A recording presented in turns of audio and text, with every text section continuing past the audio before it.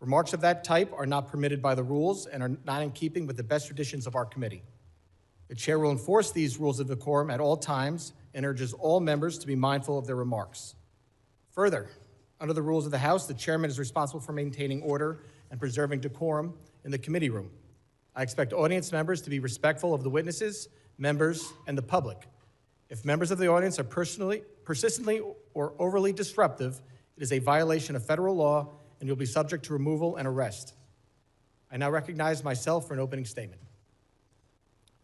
I want to start by thanking our witnesses for appearing before the committee today. Today's hearing provides the American people the ability to hear directly from the leaders that enforce our nation's immigration laws. It is our imperative as representatives of the people to be a voice for the people. Transparency, communication, and accountability are keys to good government. This is why oversight is important. Informing Congress and the public is not casting accusations, nor is it a punishment. Congress has a duty to hear directly from the executive branch, a duty I take seriously. And the executive branch has a duty to keep us informed. While this hearing was long planned, we sit here today at an inflection point, an opportunity to assess and reinforce the integrity of immigration enforcement and to strengthen public trust. An opportunity to emphasize and underscore the Department of Homeland Security's no-fail mission as a whole. My top priority as chairman is, and will always be, protecting America while ensuring the safety of law enforcement. This is further important in the context of another potential shutdown of the department. Let me be clear, shutting down DHS makes America less safe and negatively impacts thousands of federal employees like those at TSA and CISA. The Department of Homeland Security is the nation's largest federal law enforcement agency. It is this committee's duty, regardless of administration, to conduct oversight. We need to examine how DHS components are enforcing the law and ensure they have the resources in place to do work safely, effectively, and properly. Last year, we provided historic resources through reconciliation to strengthen public safety and support for the Trump administration's unprecedented efforts to secure the border. This was the single largest investment in the domestic Homeland Security mission. To succeed, we all need to work together seamlessly, and this committee is a partner in that effort. It is important to remember how we got here. For years, we witnessed a blanket refusal to enforce the law, wide open borders, catch and release policies, and uncontrolled mass migration. These policies undermined the rule of law and endangered all Americans. Enforcing immigration law is not optional. The Trump administration's record on border security is irrefutable. Nationwide border encounters last December decreased 91% compared to 2023. Apprehensions between ports of entry last December decreased 86% compared to 2024. And we ended last year with 8 consecutive months of 0 parole releases by Border Patrol. Further, thousands of criminal illegal aliens have been detained and deported. These actions make America safer and more secure. But the credibility of these successes is on the line. We must take the temperature down and look at the record of enforcement actions through rational eyes. We've seen a significant increase in violent rhetoric and agitation. We've seen a significant increase in attacks on federal law enforcement and in the number of threats facing them and their families. This committee highlighted the threat increases to law enforcement at an earlier hearing. We have seen state and local jurisdictions refuse to protect federal law enforcement officers. And obviously, we have now seen the deaths of 2 American citizens in Minnesota. This is all unacceptable and preventable. The safety of law enforcement and the communities they serve and protect must always come first. When officials or elected leaders rush to conclusions about law enforcement or their fellow Americans, public trust suffers. There must be complete and impartial investigation. I expect each of our witnesses to keep this committee fully informed as the investigations run their course, and I will ensure this happens. While these investigations are ongoing, officials and elected leaders cannot rush to judgment. I cannot put myself in the shoes of law enforcement, nor can I imagine what the families of Ms. Good and Mr. Preddy are enduring today. Public trust and public safety go hand in hand. We cannot have one without the other. I am encouraged to see that President Trump sent Border Czar Tom Homan and Commissioner Scott to Minnesota to work with Governor Walz, Mayor Frey, and other local leaders. I sincerely hope this dialogue continues. This should stand as an example of cooperation to anyone who continues to incentivize reckless behavior in our streets, unlawfully impede law enforcement operations, or disparage their fellow citizens. State and local officials should be partners, not obstacles when it comes to public safety. And federal officials should keep in mind that this kind of partnership is a two-way street. Everyone should have the same goal of keeping America safe. Transparency and communication are needed now more than ever. The department's no-fail mission hangs in the balance. A rule-based order is not one-sided. Enforcing immigration law and defending all Americans' constitutional rights, including the rights to peacefully protest, bear arms, and privacy, are not mutually exclusive. I want to thank Secretary Noem for making these witnesses rapidly available, and again, thank the three of you for being here today. As Border Czar Homan recently said, you can't fix problems if you don't have discussions. I hope we can have a positive, civil, and productive discussion today. Only together can we make our community stronger and the homeland safer for the future of all Americans. I now recognize the ranking member, the gentleman from Mississippi, Mr. Thompson, for his opening statement. Thank you very much, Mr. Chairman. Good morning to all of you who are here. Thank you for calling this hearing today. This important hearing has drawn a great deal of interest and attention, and many of my colleagues who represent the border city of El Paso and who have been leader on border security, Veronica Escobar, has joined us today and would like to ask questions of our witnesses. So, Mr. Chairman, I ask unanimous consent that the gentlewoman from Texas, Ms. Escobar, be permitted to sit with the committee and question today's witnesses as we have afforded that to other individuals in past hearings. Well, I thank the gentlewoman for their interest in today's important hearing. As I previously informed both the majority and minority, committee will not be entertaining off-committee member requests, therefore I object. Well, your objection is noted, Mr. Chairman, but I would, for the record, want to say that it's highly unusual that a member of Congress sitting with as much impact on immigration as her area is not afforded that courtesy. But you're the chairman, and that's your prerogative, as if it would be anyone else's. As the ranking member knows, we had many requests. This is a very important hearing.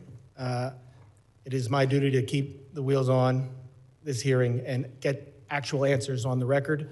I thank the gentlelady's interest. We had a lot of members who were interested in being here today, which is why we thought it would be best just to keep it for members of the committee. These gentlemen have repeatedly testified before many committees at the Capitol, and I'm sure other members will get the opportunity to do the same questioning. This is the Committee on Homeland Security. We had previously said we would not waive on members specifically for this hearing, and we're going to stick by that rule today. Thank you very much, Mr. Chair. May I say to Ms. Escobar, if there are questions you would like to have asked of these witnesses, if you will provide those questions to me or any other member of the committee, we'll be more than happy to transmit them. Thank you so much.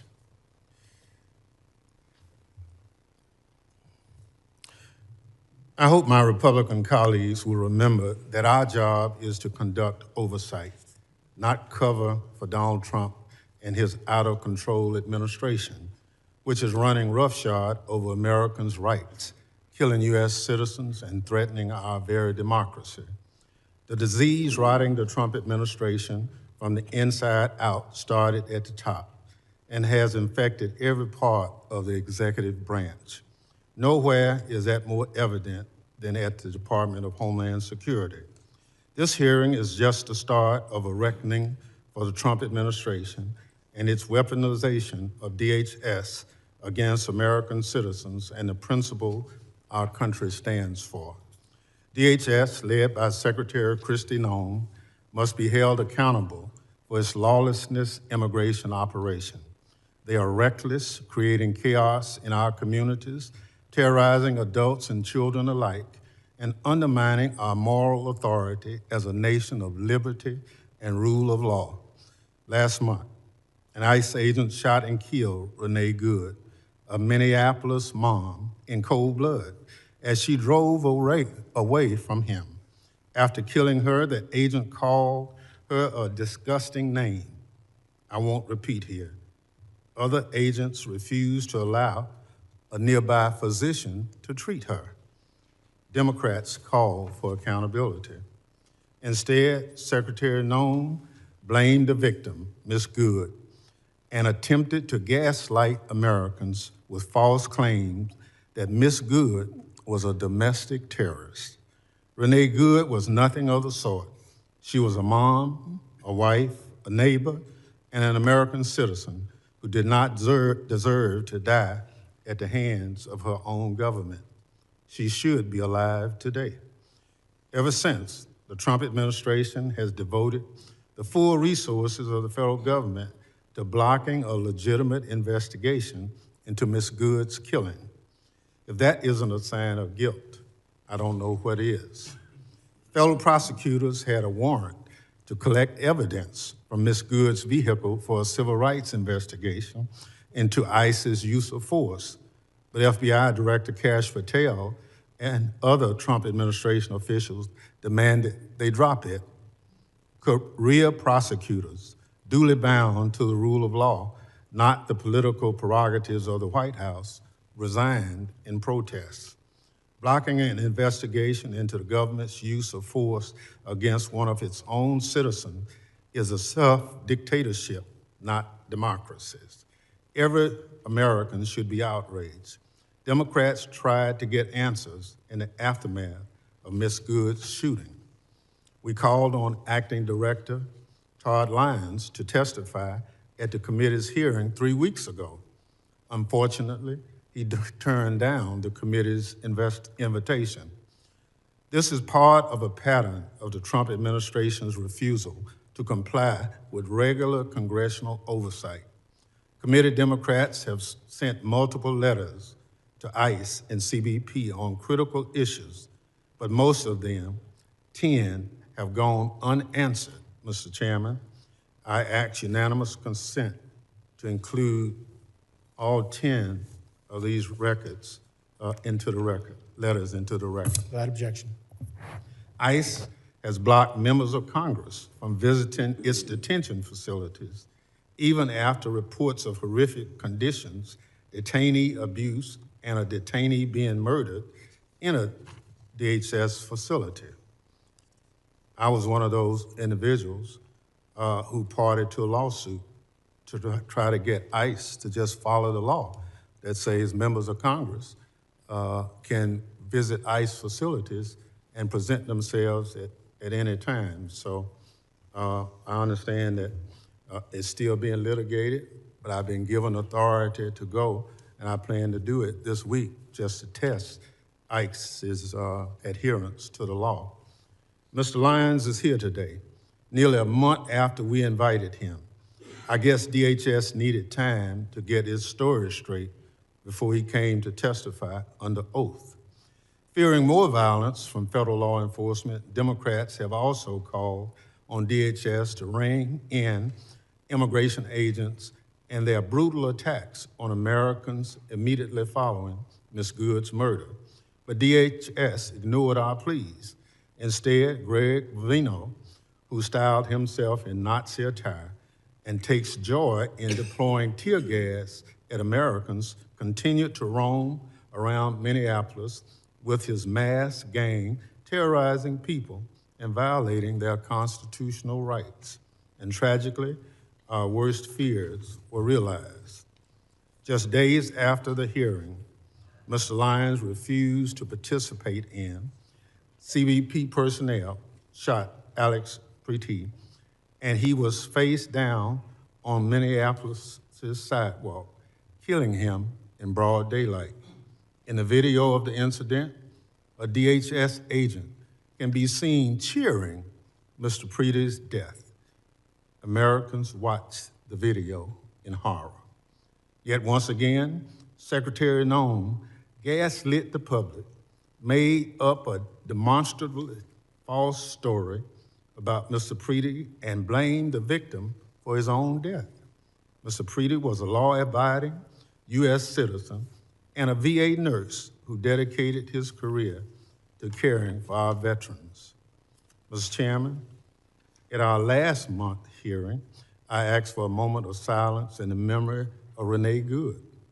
Today, with great sadness about another American killed at the hands of DHS, I asked that the committee observe a moment of silence in honor of Alex Preety.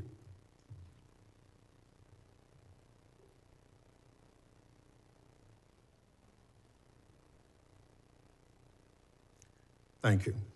The slaying of Ms. Good and Mr. Preety by DHS are the most tragic examples of what is wrong with Trump's DHS, but far from the only ones. Last fall, a Border Patrol agent shot Miramar Martinez, a U.S. citizen and preschool teacher from Chicago, 5 times. The agent bragged in text messages about shooting her, saying, quote, "I fired 5 rounds and she had 7 holes." But that in your book, boys. Again, the Trump administration tried to blame Ms. Martinez, the victim, but prosecutors dropped charges against her when it became apparent that the evidence contradicted the Border Patrol's phony account. Unlike Ms. Good's and Mr. Preety's, we can no longer tell their stories. Ms. Martinez has shared her story about what Trump's DHS did to her. I want to play a bit of the video here because people need to see what ICE and CBP are doing to Americans. So this is the first one I realized. I was like, oh, it's just a pepper pellet, but no. And then I got shot right here. And then I have a wound on the side of my chest right here. And then I got 2 holes in my thigh. And then right here. Wow. Right here. Wow. You're covered in wounds. Wounds, yeah. And I want people to see like what's going on, like the type of stuff they're doing. What happened to Ms. Martinez, Ms. Good, and Mr. Preety is a scourge on this country and shameful chapter in our nation's history, but tragically, there's more. DHS agents recently used a 5-year-old Ecuadorian boy, Lehman Ramos, as bait to lure his family members outside their home to arrest them. The family had entered the country legally as asylum seekers and were living in Minnesota while awaiting their immigration proceedings. DHS sent the little boy and his father to detention in Texas for over a week. Thankfully, a judge ordered him released, slamming DHS for its, and I quote, incompetently implemented deportation campaign. Incompetently implemented deportation campaign is putting it nicely, especially as it relates to small children. More apt in the Bible, quote from John 11, chapter 35th, referenced at the end of the judge's opinion, Jesus wept. DHS personnel are now forcing their way into private homes without a judicial warrant in violation of the 4th Amendment. In one recent incident, ICE dragged a U.S. citizen from his home at gunpoint in underwear before realizing they had picked up the wrong person. The person ICE was actually looking for was sitting in jail in Minnesota. The Minnesota Department of Corrections says that ICE had this information all along. Bystander videos from Minneapolis and cities around the country show ICE and CBP personnel behaving like unprofessional goons, cursing at bystanders and mooning people from their hotel rooms. News reports have a Border Patrol agent was found passed out, drunk, and covered in vomit in a vehicle. And ICE personnel apparently stole a child's phone and sold it for cash. It's an embarrassment, and DHS's so-called leadership should be ashamed, if only they had any shame. Secretary's known Department of Homeland Security has the blood of American citizens on its hand, but she takes no responsibility for anything. To the contrary, Secretary Nome was last seen in this committee room hiding behind her family in a desperate attempt to distract from her department's failures and abuses. Then she ran from our questions, leaving early under the guise of needing to attend a meeting that it turns out didn't even exist. Her inexcusable behavior should come as no surprise. She's always been more concerned with photo ops and wardrobe changes than following the law and fulfilling the mission of her department. Since being sworn in, Secretary Nome has enriched herself, abused the power of her office, obstructed congressional oversight, and violated her oath to the Constitution. Donald Trump and Kristi Noem are doing real damage to this country and to the department that was stood up 25 years ago in the wake of 9/11 to protect American citizens from future attacks.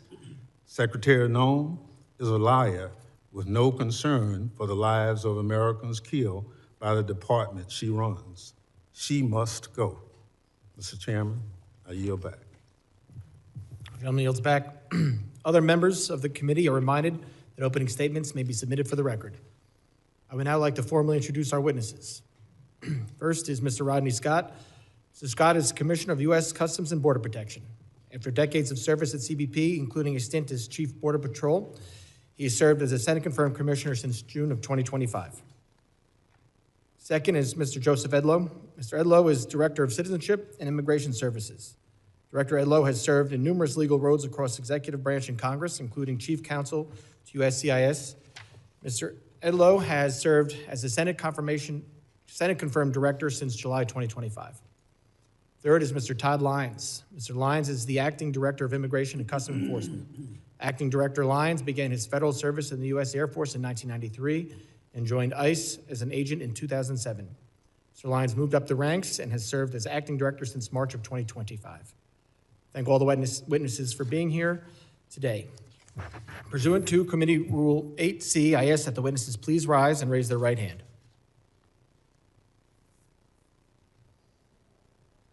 Do you solemnly swear that the testimony you will give before the Committee on Homeland Security of the United States House of Representatives will be the truth, the whole truth, and nothing but the truth, so help you God? Let the record reflect that the witnesses have answered in the affirmative. Thank you, and please be seated.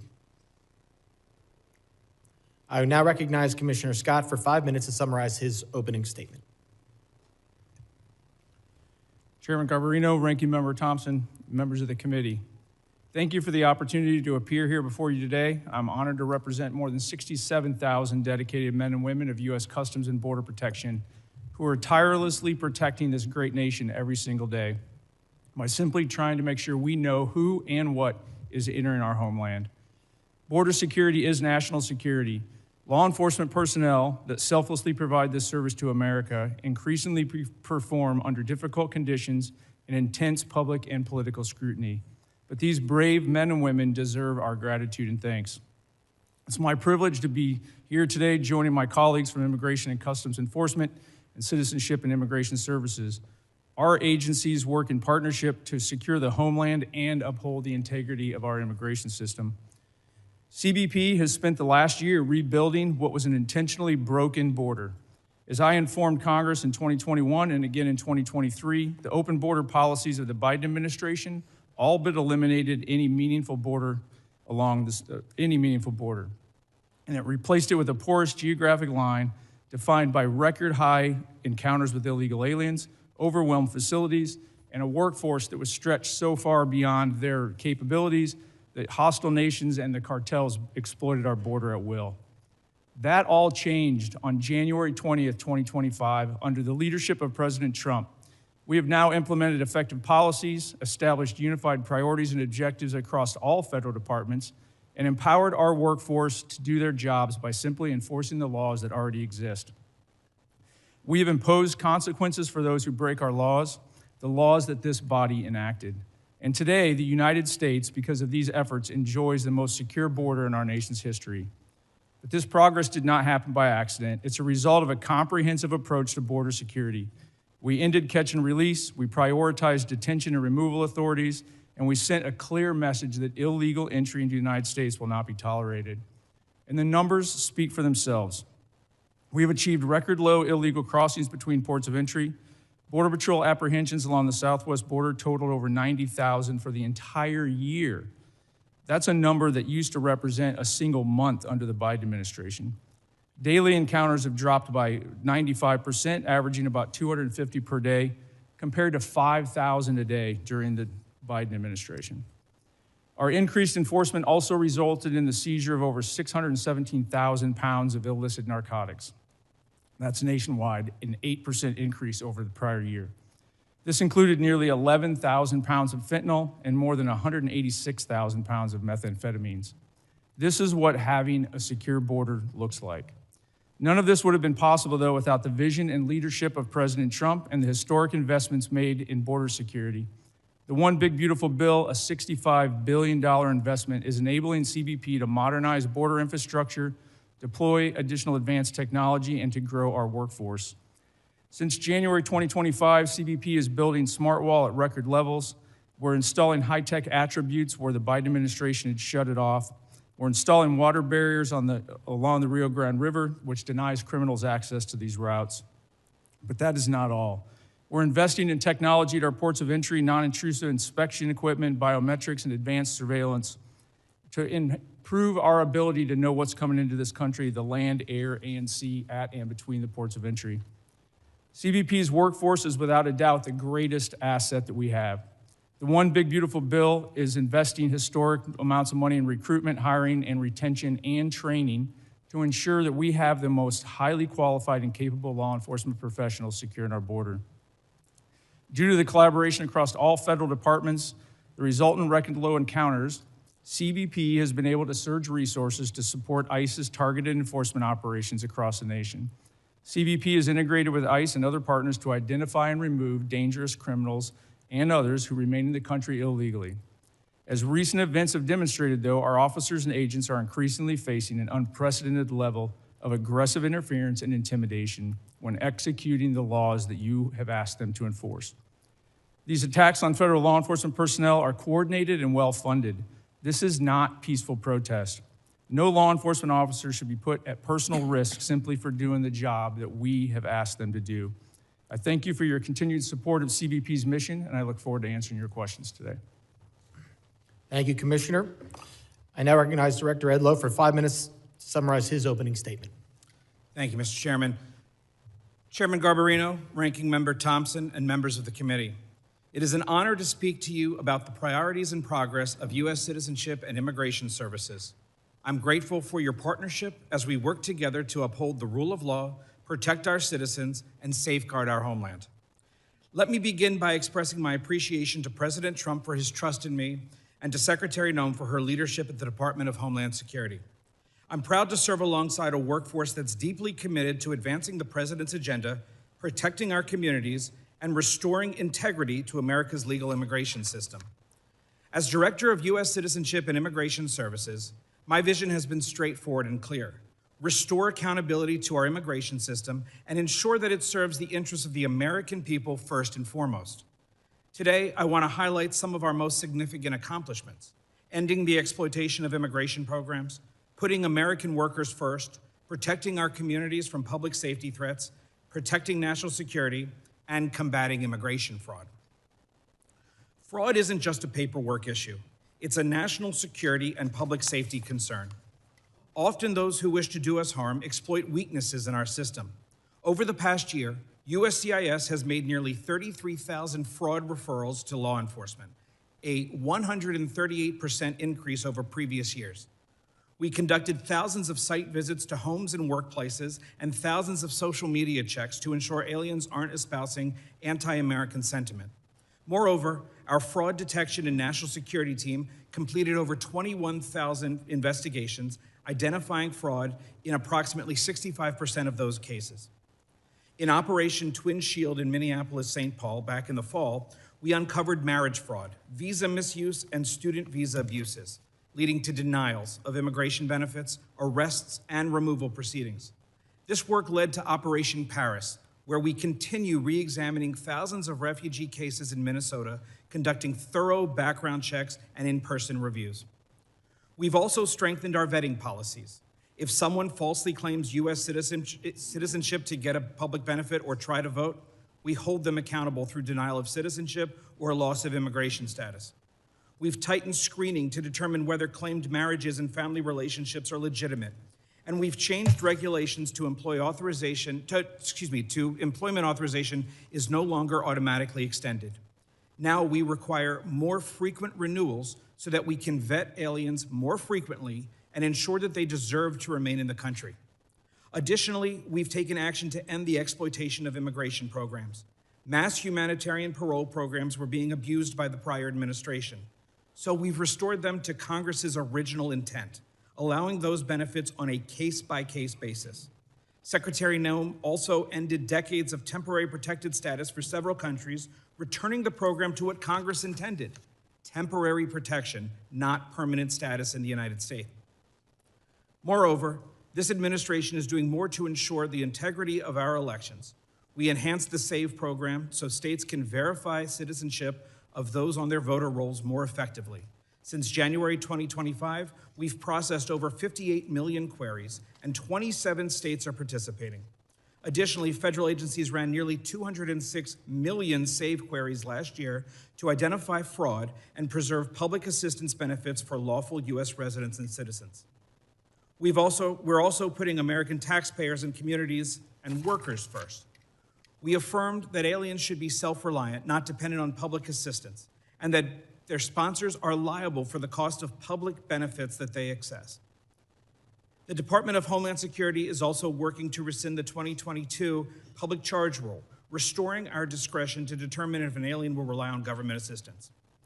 We've proposed protecting American jobs by prioritizing H-1B visas for higher skilled, higher paid workers so that companies can't use those visas merely as a way to get cheaper non-citizen labor. We've also streamlined agricultural visa processing to better support American farmers. A major milestone was implementing the One Big Beautiful Bill, which added new fees for certain immigration processes. USCIS collects those fees, but only retains a small amount of the money, while the rest goes to other agencies and deficit reduction. Finally, protecting the American people is at the heart of everything we do. After the attack on 2 brave service members of the National Guard last November, Secretary Noem directed us to review immigration benefits for aliens from high-risk countries. In closing, U.S. Citizenship and Immigration Services is restoring integrity, accountability, and security to America's legal immigration system.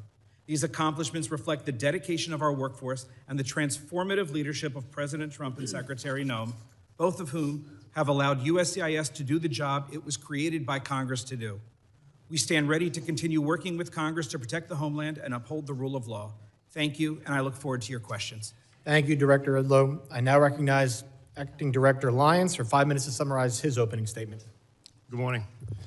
Chairman Garbarino, Ranking Member Thompson, distinguished members of the committee, thank you for the invitation to discuss the critical work U.S. Immigration and Customs is doing every day to carry out President Trump's agenda, to keep America safe, restore order to our communities, and return the rule of law to this country. Under the leadership of President Trump and DHS Secretary Kristi Noem, the men and women of ICE have been empowered to do exactly what they're trained to do: arrest and remove illegal aliens and criminals from our communities. We are enhancing public safety, securing our national security, and finally restoring integrity to the immigration system that had been allowed to collapse. We have supercharged our partnerships with state and local law enforcement, empowering officers around the country through the 287G program to help ICE identify and remove criminal aliens. Those partnerships have increased more than 900% since President Trump took office. and our communities are safer for it. I am also proud of our agency's unprecedented hiring campaign that led to hiring of more than 12,000 officers and special agents in less than a year, and more than 222,000 individuals submitted applications. This expansion of a well-trained and well-vetted workforce will help further ICE's abilities to execute President's and Secretary's bold agenda. Before discussing our broader operations, I must address the situation in Minnesota and the dangers that ICE agents and officers face nationwide. While the investigations remain ongoing, I'm encouraged that some Minnesota officials are finally signaling the willingness to cooperate with ICE. But let me be clear, promises are not enough. We need action. In the wake of the unprecedented border crisis of the previous administration, ICE has stepped into the breach to enforce the law. This commitment has a cost. We are facing the deadliest operating environment in our agency's history. In fiscal year 2025, death threats against ICE personnel increased more than 8,000%. Assaults on officers have skyrocketed over 1,400%. One officer in Minnesota had his finger bitten off by a protester, egged on by elected officials characterizing our officers as the Gestapo of secret police. The families of ICE personnel have been made to feel unsafe in their homes. I know this firsthand because my own family was targeted. But let me send a message to anyone who thinks they can intimidate us. You will fail. Despite these perils, our officers continue to execute their mission with unwavering resolve, and we are only getting started. ICE remains committed to the fundamental principles that those who illegally enter our country must be held accountable. Since the beginning of the second Trump administration, we have achieved historic results. From January 20th, 2025 through January 20th, 2026, ICE has conducted nearly 379,000 arrests. Among those arrests were more than 7,000 suspected gang members and over 1,400 known or suspected terrorists. The president tasked us with mass deportation, and we are fulfilling that mandate. Thanks to the resources provided by this Congress, we are ramping up detention capabilities and removal flights daily. In the last year alone, we conducted over 475,000 removals. It's a brutal reality that criminal immigration today is organized by sophisticated, ruthless, transnational criminal organizations. These include cartels and transnational gangs President Trump has rightly designated as foreign terrorist organizations. The only way to defeat them is to destroy their revenue. Within Homeland Security investigations, our special agents are delivering critical outcomes in the fight against transnational crime. We are seizing fentanyl before it kills our children and dismantling the networks that poison our communities. In FY25 alone, we seized more than 2.5 million pounds of narcotics, a 50% increase from the previous year and a critical blow to transnational organization groups everywhere. HSI criminal arrests are at the highest point in history. However, our approach is just not about enforcement. It is about restoring order and dignity to the human beings sold alive by smugglers and exploited by these TCOs. In August 2024, the DHS Office of Inspector General released a report that concluded that more than 291,000 unaccompanied alien children out of nearly 450,000 transferred from DHS to HHS custody were simply lost by the system. We are talking about children exploited in factories, abused in sexual trades, and living as indentured servants on American soil. HSI is leading the charge to find them. We have conducted more than 71,000 field engagements to locate children, verify sponsor legitimacy, and uncover criminal activity related to exploitation. Since February 2025, ICE has arrested more than 500 criminal sponsors of these offenses, including sexual exploitation and forced labor, dismantled more than 2,400 human smuggling operations, and along with our federal partners, located more than 145,000 children. To further ensure TCOs can never threaten our nation again, President Trump dedicated the establishment of the Homeland Security Task Force. The Homeland Security Task Forces represent the most aggressive and coordinated attack on TCOs in history. Through Cross-Border Financial Crime Center, we have developed and implemented a strategy to combat rampant fraud, including government programs in Minnesota and across the country. Using this strategy, HSI has opened numerous criminal investigations into the complex fraud systems that have resulted in the thefts of billions. Much of the fight ICE faces continue to be fueled by so-called sanctuary cities. These jurisdictions provided a shield for criminal aliens when a local jail refuses to honor ICE detainer and releases that predator back into the community. ICE exists to enforce America's longstanding immigration and custom laws. These laws are grounded in common sense, national sovereignty, and simple morality. Our officers and agents enforce these without hesitation, without apology. I ask that all the members of the committee treat them with profound respect that they have earned. Thank you. Thank you, Acting Director Lyons. Members will be recognized by order of seniority for their 5 minutes of questioning. As we have when Secretary Noem was here, we're going to limit it to the 5-minute rule. I'm going to be strict on that for both sides. So do not be surprised if you go over, I gavel you down. I now recognize myself for 5 minutes of questions. Acting Director Lyons, I understand that you cannot discuss the details of the 2 recent shootings in Minnesota because they are subject of several investigations, including by the FBI, the Department of Homeland Security, and the DOJ Civil Rights Division. Once concluded, will you commit to providing the reports and findings of each investigation to this committee? Yes, Mr. Chairman, we're fully committed to give you the full and unabridged investigation and the outcome. Thank you. Commissioner Scott, can the committee have the same commitment from you? Yes, sir. Thank you both. Commissioner Scott and Acting Director Lyons, following this hearing in writing, I'd like to know what is the standard operating procedure for each of your agencies for an investigation when deadly force is used. Currently, Acting Director Lyons, are those procedures being followed for the 2 uses of deadly force in Minneapolis this past January? Yes, Mr. Chairman. Were those, and Commissioner Scott? Yes, sir, they are. Were the standard procedures followed from the beginning? Mr. Lyons? Yes, sir, they were. Mr. Scott? Yes, for CBP, they were as well. Thank you very much. We're obviously concerned about officer safety and have seen and heard about increasing threats and assaults against law enforcement.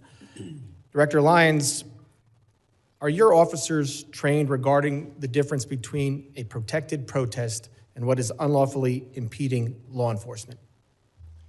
Yes, sir. Deportation officers and special agents are taught at the Federal Law Enforcement Training Center. They are taught in defensive tactics, personal safety, but as well as laws to include First, Second, Fourth, Fifth, 10th, 14th Amendment. The officers are trained before they go out into the field, and then while they're in the field. They are specialized training in disturbance control and other special tactics. Commissioner Scott, are your officers similarly trained? Yes, they are.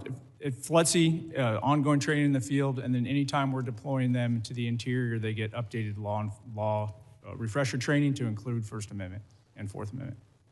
So I want to focus on the training here because with the historic investment in both ICE and CBP, there was a surge in hiring.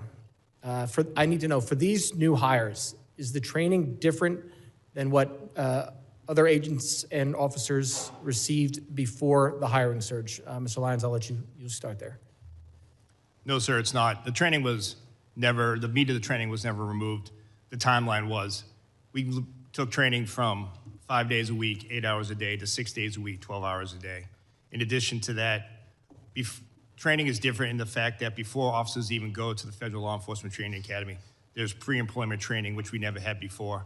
And on top of that, we've adapted our on-the-job training program, which is much like a city or state field training officer program that once they are removed from the Federal Law Enforcement Training Academy, have graduated, before they return to their field offices, they're assigned a field training officer, and that's continued on after that. So let me get this go. For ICE officers, the curriculum has stayed the same, but it's now a quicker training. The timeline has moved up? That's correct, sir. Okay, but the curriculum is the same. Yes, sir. All right. Commissioner Scott, can you talk about if there's been a change in training since the hiring surge? There's been no change in the training within Customs and Border Protection. Border Patrol agents go through a 117-day academy.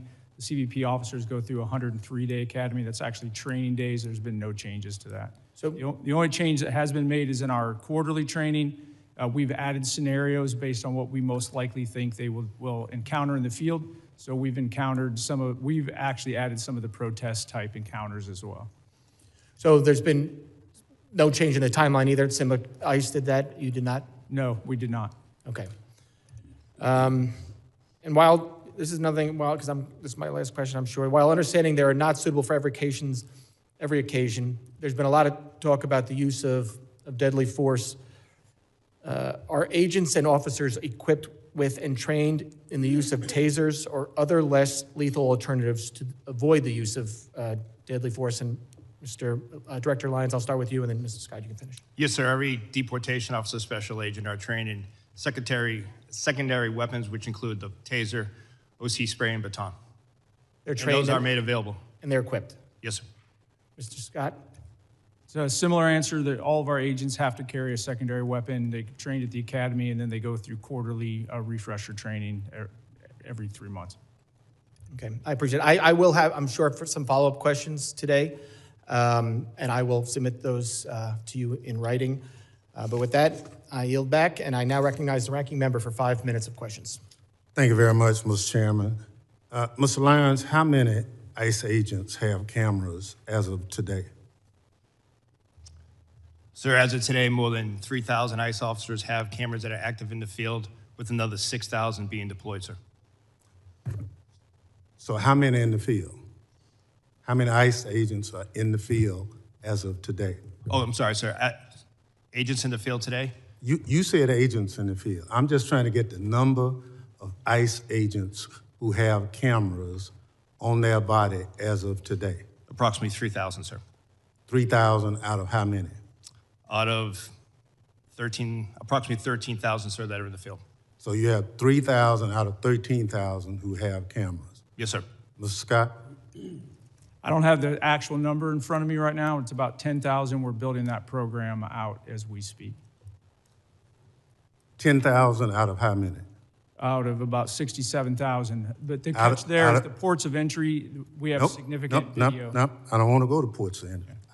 I just want to know how many cameras right now do you have on your agents? When you say agents, Border Patrol agents, there's about 10,000. 10,000 That's an out, estimate, sir. 10,000 out of how many? Out of 20,000 Border Patrol agents. So half of them. Approximately, yes. So I'll give you a chance to look at that, since you said approximately, and get back to the committee on what's the accurate number. Not how many you're purchasing, how many as of this day.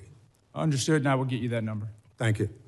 Mr. Lyons, what's the regular timetable of training an ICE agent? Sorry about that, sir. Right now, the training is approximately 47 days at the Federal Law Enforcement Academy. Overall training is about 3 months, sir. So you went from 3 months to 47 days. No, sir, the whole total training to include the pre-employment training and then the OJT program is 3 months. And 47 days in the Federal Law Enforcement Training Academy. So they go to Flexi for 47 days or for 3 months? No, sir, you asked for the total training time. The total training time now is a combined 3 months, sir, with 47 days at the Federal Law Enforcement Training Academy. So you didn't reduce the timeline for any of the ICE agents to come on board? We reduced the timeline for the previous certified federal law enforcement officers or special agents, where we went to the ones who are already trained in firearms and defensive tactics and criminal procedure. We adapted to a shorter program so they would just have the extensive Immigration Nationality Act training, immigration law, and ICE-specific training. So if you hired somebody for ICE today, how much training would they receive before they become a full-time agent? So for a person off the street who has never been a law enforcement officer, they're looking at approximately 3 months of training, sir. And the 47 days is for who? That is for everyone that hasn't, who's never worked for ICE, sir. So you could have someone that's a Capitol Police officer. They would not have to go through extended training for when it comes to defensive tactics, firearms, et cetera. They would have to go through the rigorous immigration training, which unfortunately immigration law is just as confusing and long as tax code, which we have to ensure that we devote that extensive time to. Thank you so much. But Yes, sir. would you provide the committee with the timeline? Yes, sir. We will provide you. Some of us understand it's 47 days. Yes, sir. We will But provide you're you telling us it's 3 months. from the beginning, sir, when they go ahead and come on pre-employment training to the Thank OJT program afterwards. But we will provide the committee with the full Okay. breakdown. For Mr. Lyons and Mr. Scott, Over the past several weeks, the president has made a series of comments regarding the midterm election. The president has urged my Republican colleagues in Congress to nationalize elections. Now, are you involved in any planning on guarding precincts in this country as of today? Mr. Scott? No, sir. Mr. Lyons? No, sir. So there's no information, you've not been asked to start deploying people for areas anywhere? No, sir. Well, thank you very much. Mr. Lyons, I'll get it in writing, Mr. Chairman. I'm going to follow your directions on that. Gentleman yields back. Thank you, Ranking Member. I now recognize the gentleman from Texas, Mr. McCaul, for 5 minutes of questions. Thank you, Mr. Chairman. A decade ago when I chaired this committee, Mr. Thompson and I passed a bill to authorize ICE into law. It was a bipartisan effort. It passed the House overwhelmingly, both Republican and Democrat. A decade later, here we are. The Dems have called to abolish ICE. Now they're trying to shut it down. So what has happened in that 10 years? Let's go back to the last 4 to 5 years. What happened in this country and at the border? As someone who lives in a border state of Texas, we saw the most dangerous, wide open border that I've seen in my 22 years in Congress. 10 to 12 million people, and that's what we know about. I think it's far greater, came into this country. Many of them dangerous, violent criminals, some known or suspected terrorists, which I find extremely dangerous. That's why I served as an impeachment manager for Mayorkas, because he violated federal law. The federal statute says, as a former federal prosecutor, I know this, shall detain aggravated felons. What did Mayorkas do? He told his agents, that's discretionary. You can release them. As a result, we had tens of thousands of aggravated felons left on the streets of America to roam freely, not to mention the human and sex trafficking of children, Mr. Lyons, as you pointed out. So what is the administration trying to do? They're trying to remove a public safety threat from the United States of America. That is their job. Restoring public safety should be the number one priority. And one of the problems here, as I examine it, is that Minnesota, Minneapolis in particular, is a sanctuary city. What does that mean? That means that it's a magnet for illegal. They're protected under the current situation because state and locals will not cooperate with federal law enforcement. In fact, Mr. Lyons, is it not true that they were not honoring ICE detainers that were put on dangerous felons in prison so that you could remove them from the United States? That is correct, sir. The detainees were not honored at the local level in Minneapolis. This is the number one violation. In addition, the rhetoric on the left led to over 1,000% increase in assaults on ICE officers, an increase of over 8,000 of death threats to them. All this created a perfect storm for our officers being thrown into this situation. And then Agent Bovino came into the picture, and I would argue, in fairness, that he escalated the situation by the way that was handled. Your officers are not trained to effectuate crowd control. They are trained to move in surgically, go in and remove these dangerous, violent criminals from the United States of America. I've called for de-escalation after the 2 deaths, the 2 shootings that took place. I believe that these roving patrols should be done at the border rather than in the major cities of the United States. So when the president decided to remove Agent Bovino and put in Tom Homan, who I've known for years, a consummate professional, law enforcement professional, I commended the president. And what has been done since Mr. Homan came into the job? We now have targeted law enforcement operations. He is returning to the original mission of ICE. He is working with state and locals to do the crowd control. He is getting them to honor the ICE detainers. He is also getting the body cameras put on them. And the roving patrols, in his words to me, should be done at the border, not in major cities. My question to you, Mr. Lyons, is Mr. Homan now, are his operations in Minneapolis now bringing the situation under control? So we've seen a de-escalation in the fact that the protests, while they still go on, have subsided, and ICE has been allowed to do their targeted, intelligence-driven enforcement operation.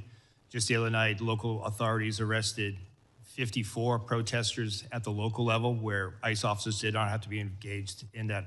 My final question to you, do you believe the model that Mr. Homan is now setting in Minneapolis should be a model for the nation? Gentleman's time is If expired. I could allow the witness to answer. I understand that, but I'm holding. I'd it like to on the 5 minutes. record an answer, Mr. Chairman. Do you agree that Mr. Homan's model is one for the nation?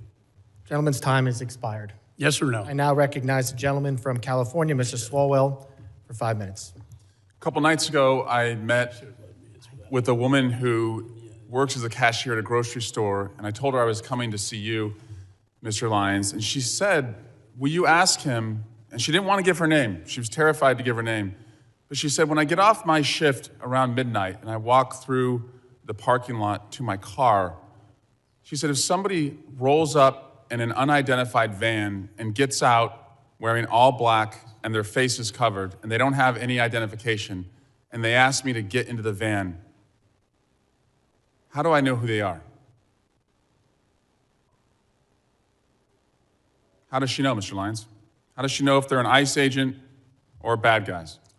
Sir, ICE agents have identifiable placards on their uniforms as well as their badges representative, but you won't see ICE agents rolling through the parking lots and just snatching someone up. ICE does intelligence-driven, targeted enforcement operations.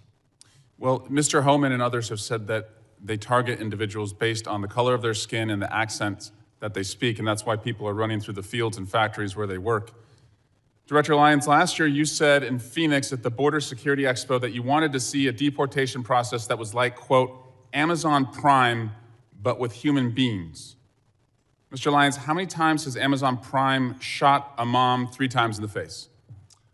None, sir, but you're also... It's the square root of 0, that's right. Yes, sir. Yeah, but if we're going to go down that route of my comment, I did say that comment.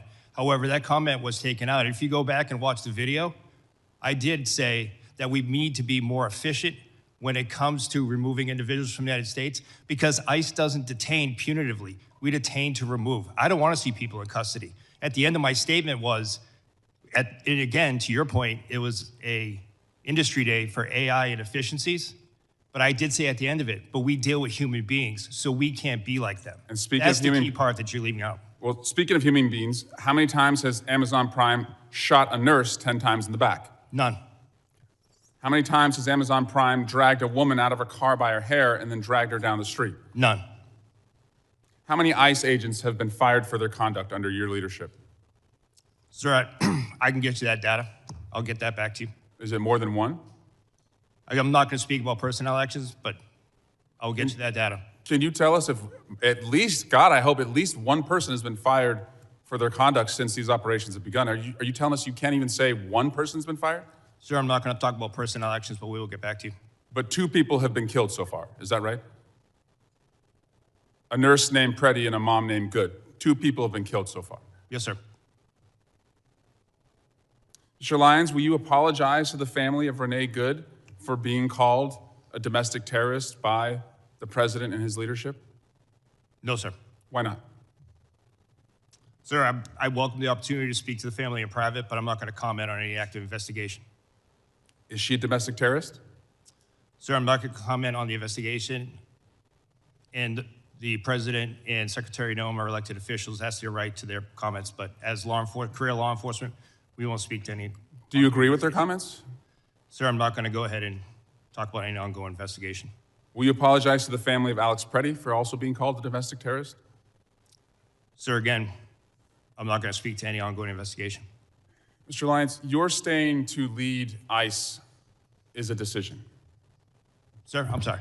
Your staying on to lead ICE is a decision, and I've read your background. You have a decorated career. You've served in the military. You are what I would call otherwise employable. I think most people would agree this is not the only job that you can get. But since you've been on this job, women have been dragged by their hair through our streets. A 6-year-old child battling stage 4 cancer has been deported, and it turns out he was a U.S.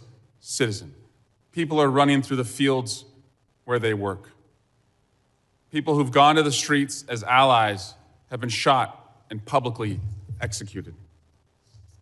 It's a decision to stay on at this point.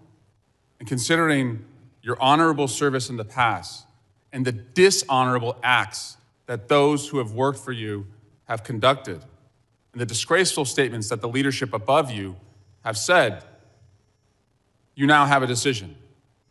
Will you stand with the kids who you're supposed to protect, or will you side with the killers bringing terror to our streets?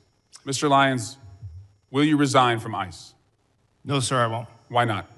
Because, sir, that child that you're showing right there, the men and women of ICE took care of him when his father abandoned him and ran from Gentleman's law enforcement. time has expired. You never should have gone Gentleman's into time custody. has expired. I recognize the gentleman from Mississippi. Yield Mr. back. Guest for 5 minutes. Thank you, Mr. Chairman.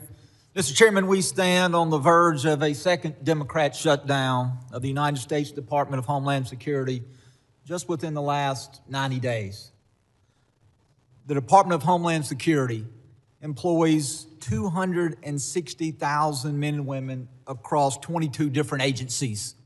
Those agencies include 63,000 men and women who work for CBP, 60,000 who work for TSA, 22,000 for FEMA, 18,000 who works for USCIS, almost 50,000 civilian and military employees with the United States Coast Guard, 7,800 Secret Service employees, 2,500 CISA employees, and over 8,000 agents and analysts with the Department of Homeland Security investigation who perform a crucial function to protect and serve this country. This second government shutdown, led by my friends on the Democrat side of the aisle, will leave our country less safe. Don't just take my word for it. Let's look at the words of the Biden administration. President Biden and Kamala Harris, Department of Homeland Security, in September of 2023, as the nation faced a potential government shutdown, they issued a fact sheet. That fact sheet is entitled The Impact of Government Shutdown on the DHS Workforce. This fact sheet says this. It says DHS workforce is comprised of extraordinary public servants who safeguard this nation. It goes on to say any lapse in federal funding would disrupt this vital work, leaving Americans less safe as a result.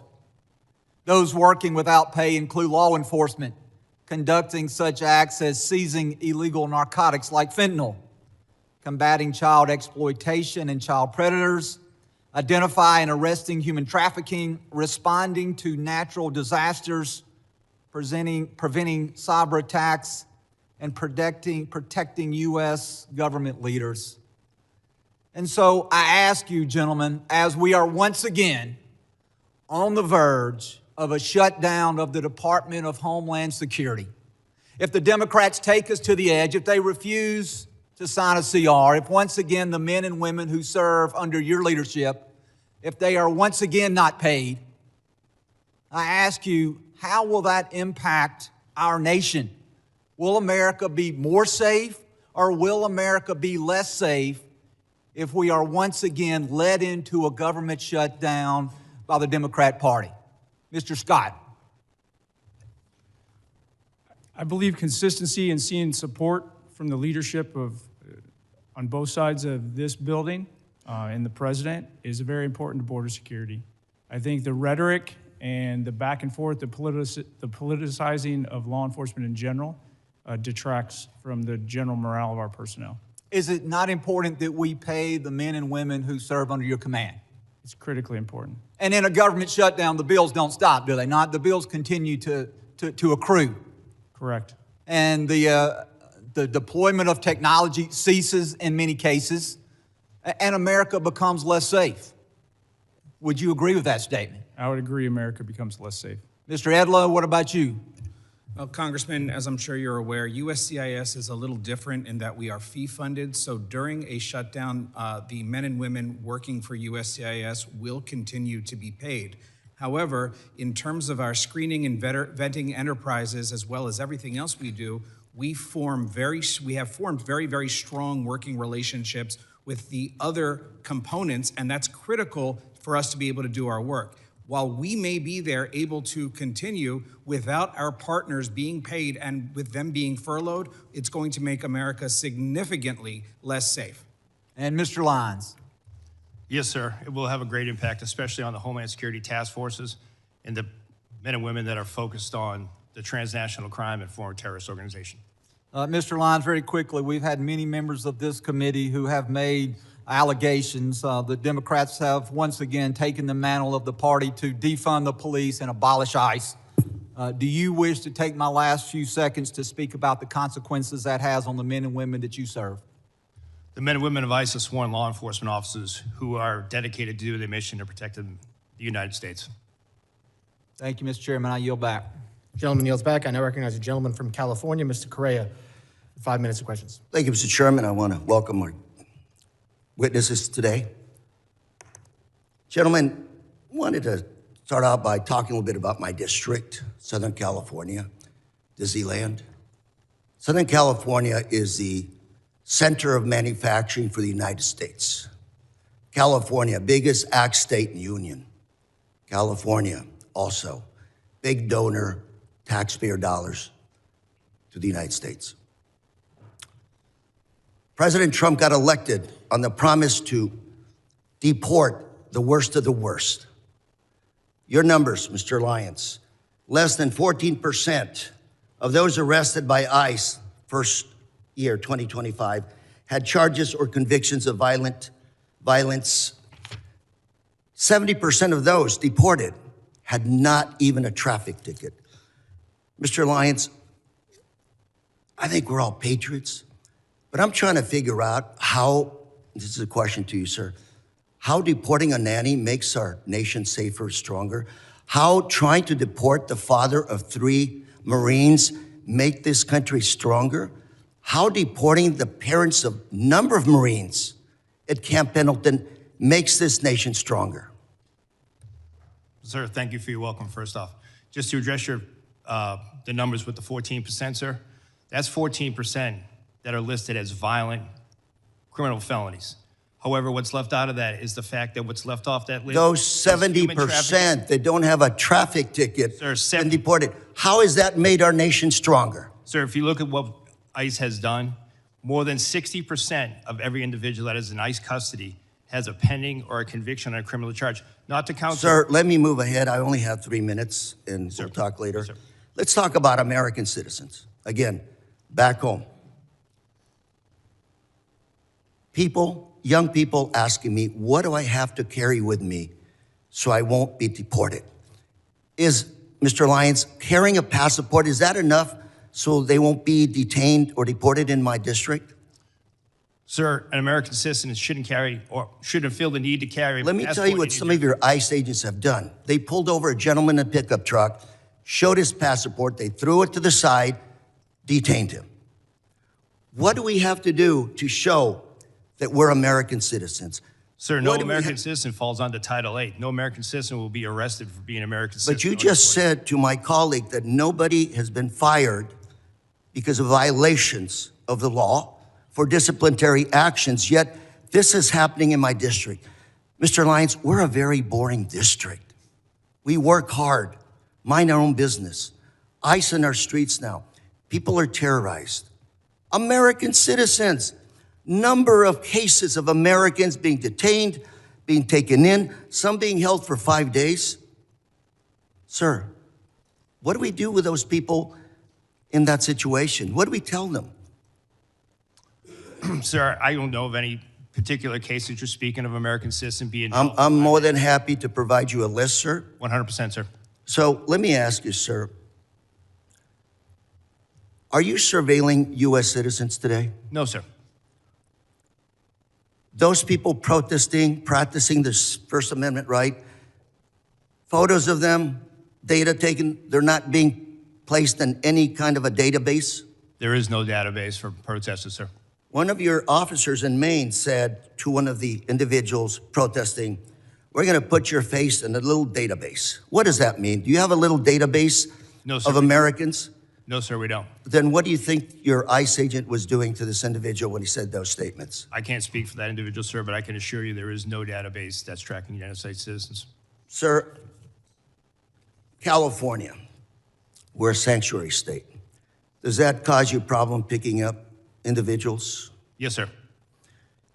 I have with me today some data from Sheriff Barnes, Orange County Sheriff. Very good friend. He's been here to testify numerous times. For 2025, he referred about 300 individuals for your office to pick up. 250 were picked up, 50 were never picked up. We had a long conversation saying, what is going on? If these are the worst of the worst, you've called ICE to pick them up and you didn't pick them up. Can you explain to us why you didn't pick up all these individuals that were referred to your office to pick up?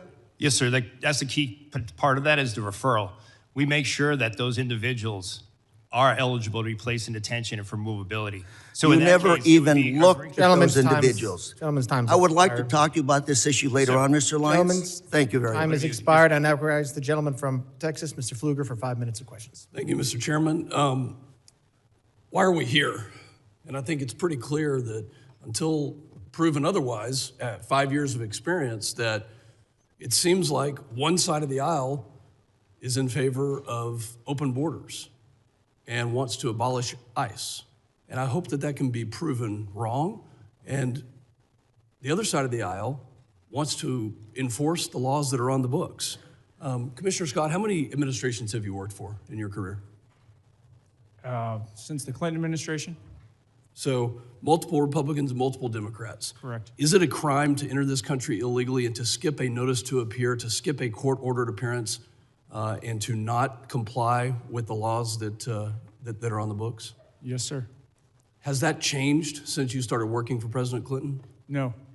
So I can't imagine establishing the fact that it is a crime to skip a notice to appear. We had 10 to 12 million people who entered this country illegally in the Biden administration. As a conservative estimate, there are sanctuary cities all throughout the United States who have said, we will not comply with federal laws. That's why we're here today. I can't imagine being a DHS officer, an ICE officer, and being threatened with violence, having death threats, being doxxed, having your family identified, putting that on the internet, and violently telling you that they are going to kill you because you are enforcing the laws that are on this book that were passed by both sides of the aisle in this body. Director Lyons, how many of your agents are being doxxed, threatened, or harassed? We've had over 8,000% increase on death threats. You know, I'm in the middle of working a bipartisan domestic terrorism working group with another member on this committee. There is a group called Defend 612 that has come out with tactics, techniques, and procedures in Minneapolis to do things like encourage protesters to impede law enforcement, to push civilians towards legally and physically risky confrontations, to help mobilize a counter-protest, to coordinate strategies and trainings to aid illegal immigrants to avoid detention. Are you familiar with groups like this, Defend 612? Yes, sir. We have multiple groups around that in all 50 states. There's an article written by Christina Buttons, and I'd like unanimous consent to enter this into the record called Inside Minneapolis's ICE Watch Network. Chairman, I'd seek unanimous consent to enter Without objection. This article talks about these tactics, techniques, and procedures that put your law enforcement agents and your agents at risk. What is different about Minneapolis? What kind of coordination have you received from the local police department that we don't see any of this in Texas? We've not seen, and there have been many ICE operations that have happened in Texas, but what's different from what you've seen in Minneapolis? Unfortunately, sir, in the beginning of the Minneapolis operation, we didn't see any cooperation at the state or the local level, whether it be from the Minneapolis Police Department or the Minnesota State Police, which led to ICE officers and agents, as well as our other federal partners, pretty much having to defend themselves from whatever impediment, riots, or protests. Were they told by local elected officials not to cooperate? Yes, sir. Is that because they're a sanctuary city? I'm assuming that's what it is, part- sir, but I can't speak to the mind of those elected officials, but they were ordered not to stand down. How did it make you feel as somebody who carries out the laws that this body has passed when you hear the mayor of Minneapolis say F ICE? Well, sir, I mean, from a morale standpoint, it hurts us to the fact that for decades, and I've worked since President Bush, ICE has always been in Minneapolis. We've always been in every major city and state. So it wasn't like it was a brand new thing. We've always been doing immigration enforcement. So that's demoralizing. Commissioner Scott, are you separating families? No. Tell me about when you served President Obama. Has anything changed in the policy of deportation? And how many people did President Obama deport? I don't have that number in front of me. Policies and how things are enforced do change. The laws have not changed. I believe what you're referring to is literally when someone is arrested, whether it's on immigration or whether it's a normal criminal offense, and they have children, we don't necessarily prosecute the children. But when someone's deported, if they want to take their children with them, they have that right. We do not separate them. I hope that the other side of the aisle will read this article on Defend 612 and look at the tactics, techniques, and procedures. And if this is domestic terrorism, where we have a group that's on signal that is calling out agents and doing things to interrupt, intercede, and prevent law enforcement from carrying out the laws that this body passed, that you'll have the courage to call it domestic terrorism if it is that way. And I yield back. Gentleman yields back, and I now recognize the gentleman from Michigan, Mr. Anadar, for 5 minutes of questions. Thank you, Mr. Chairman, and good morning to our witnesses. Commissioner Scott, did the ICU nurse, Alex Preddy, deserve to die? I cannot comment on an ongoing investigation, sir. Do you believe that he deserved to die? Should he be killed by your agents? I'm not going to comment on an ongoing investigation, sir, before it's concluded and all the facts are available. Do you agree with CBP Commander Bovino's statement that Alex Preddy was planning to massacre law enforcement agents? I'm not going to comment on an ongoing investigation, sir. Director Lyons, did Renee Good deserve to die? Sir, I can't comment on ongoing investigations. Director Lyons, do you agree with Secretary Noem and Vice President Vance's characterization of Renee Good as a domestic terrorist? Sir, I can't speak to their comments as that they're their own, but as an ongoing investigation, I can't speak to that. Director Lyons, what did your agents mean when he said, "You raise your voice, I erase your voice"? In the video just that we have seen, all of us have seen. Sir, I'm not aware of that video that you have, sir. I can't comment on what that officer has said. Does that statement, if I show you the video of that, does that statement reflect the value of your agency? And does ICE respect and adhere to the First Amendment?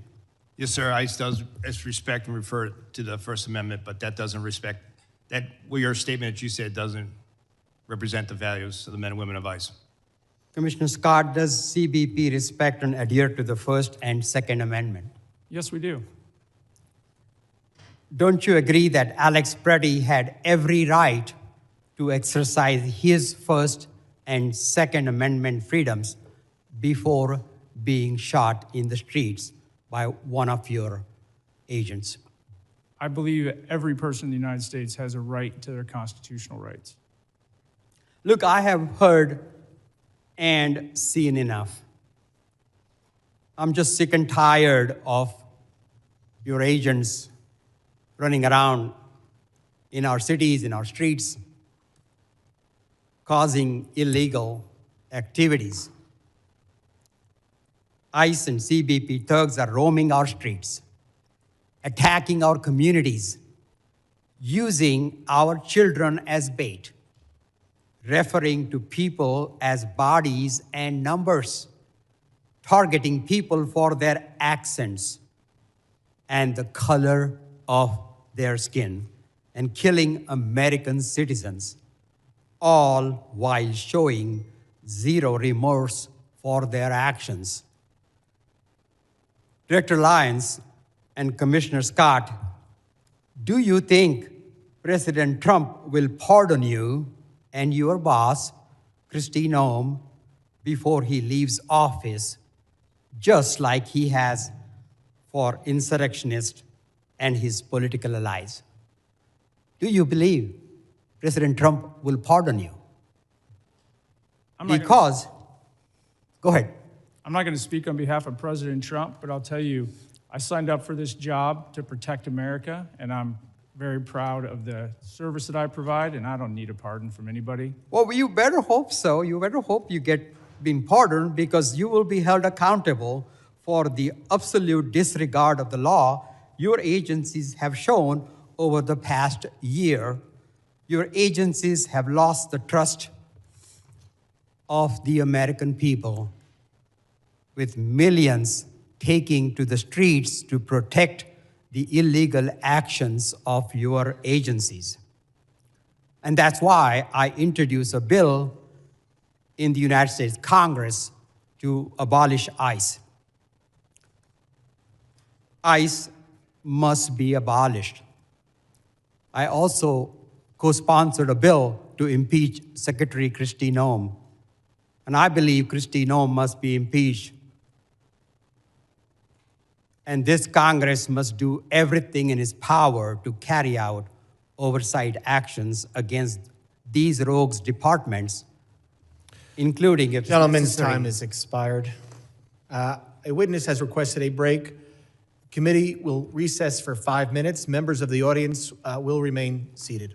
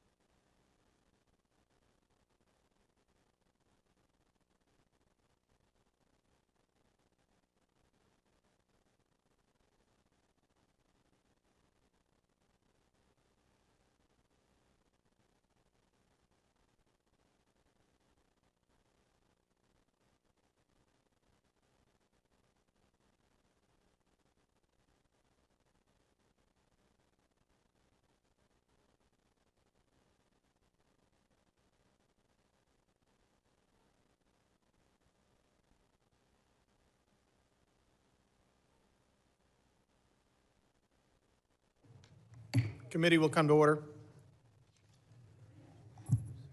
I now recognize the gentleman from Texas, Mr. Gonzalez, for 5 minutes of questions. Thank you, Chairman, and thank you, gentlemen, for your service to our great country. I was speaking to some agents that were deployed from Texas to Minnesota, just asking for the ground truth of what was happening. And one of the things that stood out to me is one of the agents said, Tony, it reminds me a lot of Fallujah. Having someone that served in Fallujah, that caught my attention. And so my question first is to you, Commissioner Scott, is on the safety of our agents. In particular, I see that these task forces work, these anti-gang, these anti-terrorism task forces. But thinking of Fallujah reminds me of we were fighting a war that was the Persian Gulf when the world had changed. And so my question is there a way we can protect our law enforcement, our federal law enforcement agents, in particular through, I've got a bill in particular through bulletproof glass or ballistic windshields. Is that something you think that could help protect the law enforcement officers that are on the front lines? I think that can help protect the officers on the front lines, but it goes much farther than that because things have changed. So the tactical infrastructure at the border, the bulletproof vests, all of that helps tremendously, but we're fighting a different fight now. The reason you saw so many people surged into LA at one point and then now into Minneapolis was because we had to surge additional resources in to protect the ICE agents that were literally just going to try to make a lawful arrest. So we had to put in 2 teams. One to do the arrest and another one to deal with the protesters. Luckily, CBP, well, not luckily, unfortunately, CBP's had to build out this capability over the years because we had been dealing with increased protests at the border, mass incursions, so we trained our people how to do crowd control. But let's not miss the fact that we have coordinated, well-funded, and I think insurgencies or terrorist organizations, however you want to call it, literally trying to prevent legal laws from being enforced in the United States. That is a dramatic change. That's why we've had to shift. So we got to figure out how to protect our officers and agents more holistically. On social media, how do we keep them from being doxxed? When somebody goes to like did to Director Lyons, they follow his kid home and then have protests in his front yard and then put it out live on video. That needs to be a crime. I don't want to violate anybody's right to free speech, but going into your front yard and harassing your family just because you're a law enforcement officer, that should not be a protected action. The world has changed, and we need to change with it to make sure our federal law enforcement officers and their families are protected. My next question is for Director Lyons. Body cameras have been deployed in Minnesota. I think transparency helps regain public trust. Is there any plan to release any of the footage to the public? 100%, sir. That's one thing that I'm committed to is the full transparency, and I fully welcome body cameras all across the spectrum in all of our law enforcement activities. And yes, sir, body cam footage will be released. I agree with you completely. Everyone assumes this body camera footage is bad footage. So, in so many cases, it's the exact opposite. And we get a show from the officer's lens what exactly they're dealing with on a daily basis, not just a 15-second clip we see on TikTok or whatever it may be. I'm very pleased to hear the releasing of more public footage. My next question is for you, Commissioner Scott. As a member of Congress, I have a very similar, all of us, the question's really for all of us. As a member of Congress, what can I do to make sure what happened in Minnesota doesn't happen in my community? Put laws in place that protect our officers and agents so they can go out and do their job confidently and know they really truly have the backing. And then, I gotta plug it, actually fund the programs. So when body cameras got rolled out to CBP, the technical capability of the camera got rolled out, but the funding for the personnel to support the programs and the data, that can drain basically all your other operations. So fund the entire program so that we can be transparent and that we can make sure America knows what we're doing because that trust is critically important. Thank you for that. My next question is Director Edllo. Too many times we talk about the enforcement side, which I think is very important. We see the millions of criminal aliens that are loose in our country. We got to go out there and keep our community safe. But we need to be talking more about the legal aspect of it, the people that are doing it the right way. I was very encouraged to see 65,000 visas get released not too long ago. The question I have is, what are the details? What is the timeline behind that? What is the purpose of those? Can you specifically speak to the legal visa process? Well, if you're referring to the 65,000 that were the supplemental Yes. H-2Bs. That's exactly right. So that's there's 60,000 or 65,000, 66,000, excuse me, that go out every year. at 2 times in the year, and then Congress has for many, many years given the department the authority through the secretary to increase that based on the needs of the country. So those visas were released. I don't remember exactly when the time has expired. I apologize. And again, any questions? I know I'm being tight on the rules. We have to be. There's a lot of questions. We want to get through everything today. Any members will be able to submit questions in writing, and you can detail these. Thank you very much. I now recognize the gentleman from Rhode Island, Mr. Magaziner, for 5 minutes of questions. Mr. Lyons, has ICE hired anyone who is charged with a crime related to the January 6th riot here at the Capitol? Sir, I don't have that information, but I would say no. Would you, could you find out and please report back? Yes, sir, I'll get that. I'll take that as a given. Would you hire someone who attacked police officers here on January 6th, even though they were unfortunately pardoned by the president? Sir, we take assault on law enforcement very serious, and we have a good, strenuous vetting program. I'm sure. Thank you.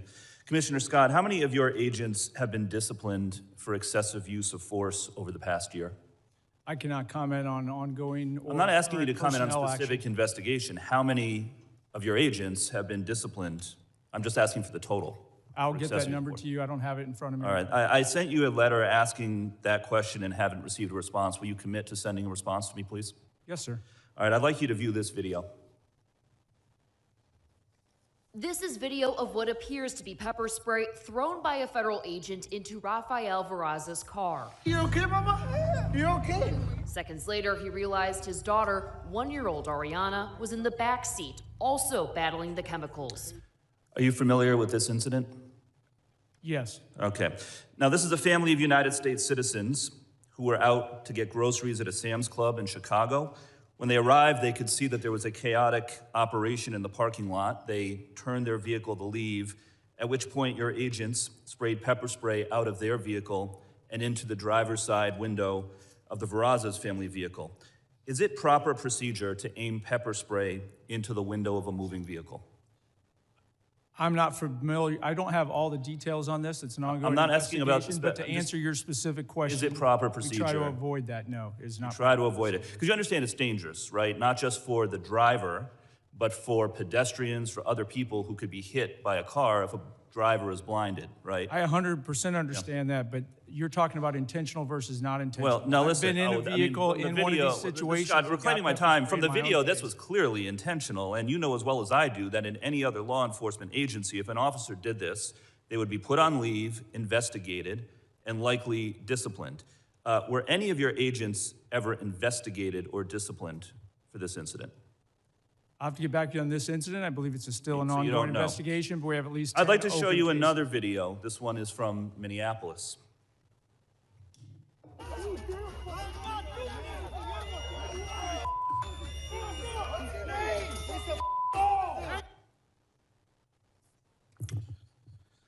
So as you can see, the agent sprayed pepper spray at close range directly into the face of an individual who had already been pinned to the ground by 3 other agents. And there's a picture of this behind me to give you a better view. Is this proper procedure for the use of pepper spray? I cannot comment on that because you're only showing one piece, and that subject is clearly not been compliant. investigated? But this is not the intended use of this weapon, correct? The intended use is to try to avoid escalating. It's to de-escalate the situation. Well, he was already pinned to the ground by 3 other agents. agents. I think he had been de-escalated. Is there any investigation into this agent for doing this?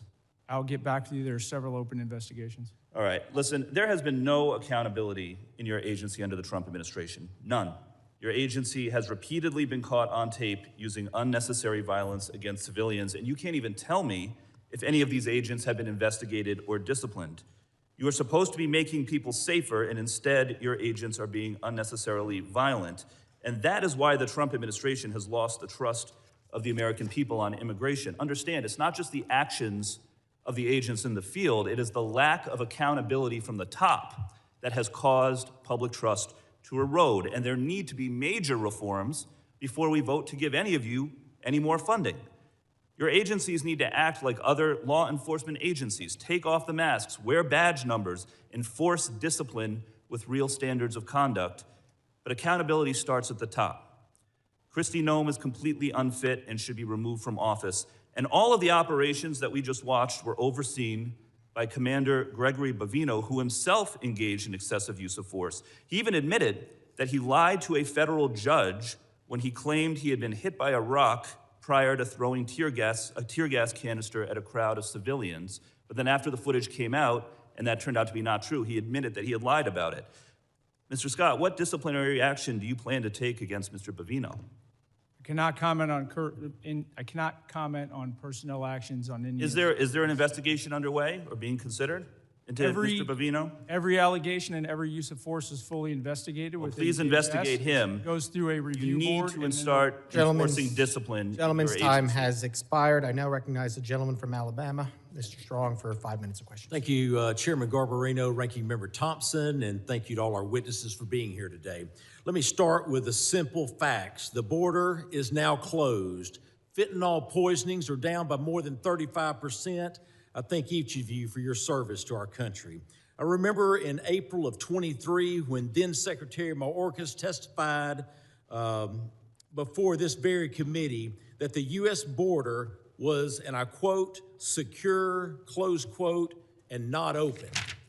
At the same time, under his leadership, illegal alien population surged to over 11 million. They were coming from more than 160 different countries as migrants were released into our country by the millions. That's what the Biden administration, in concert with Secretary Alejandro Mayorkas, did to America. They sold America out. The consequences of their failures were predictable. When the United States failed to enforce its border, the winners are not legal immigrants or American communities. It's the cartels, drug smugglers, human traffickers, and violent criminals. We didn't need new laws to stop this crisis. We needed a president willing to enforce the laws already on the books. President Trump did exactly that. Another promise made, another promise kept. And today, the number of illegal aliens being released into our country is zero. Zero. That's what it took a president to make the hard decisions. And America is better because of it. So my question is straightforward. Commissioner Scott, was Secretary Mayorkas telling the truth when he testified before this committee that the border was secure? Consistent with my prior testimony, no, he was not. As you stated earlier, the underlying immigration laws haven't fundamentally changed in decades. What has changed is how different administrations choose to enforce these laws, particularly during the previous administration. It was 100% orchestrated to allow illegal aliens to invade our country under the Biden administration. From an operational standpoint, how important is consistency and enforcement for deterrence and border control? It's extremely important, and we keep talking about immigration, but let me remind people, border security really is national security. The cartels use illegal immigration to literally overwhelm law enforcement at the border and bring in all kinds of other threats. It's the second wave that always is the most critical. The Interior Enforcement sent a message around the world that we're not going to just let you go. It took away the marketing ability of the cartels to get people to come to the border and overwhelm law enforcement. This all works together. It's critically important because it is national security. Thank you, Commissioner. The men and women of DHS deserve our respect and the ability to do their job effectively without mixed signals from Washington. I also want to be clear, I support the men and women who work every day to secure our borders and enforce federal immigration laws. But lately, we've seen growing strain on political rhetoric that goes beyond policy disagreement and targets the legitimacy of law enforcement itself. Rhetoric that puts a target on the backs of agents doing their jobs. Acting Director Lyons, we keep hearing calls from left-wing politicians to abolish ICE. Some, including many who should know better, have denounced federal law enforcement as secret police. How would you respond to these reckless attacks? Sir, I can speak from personal experience, having served multiple administrations, that the men and women of ICE are out there every day doing the law as it's written. What are the consequences of not enforcing federal immigration laws? Sir, if you look at what ICE has done, if you look at the amount of As I said earlier, the amount of known and suspected terrorists that we removed from the country, we arrested 1,477 this year and removed 1,480.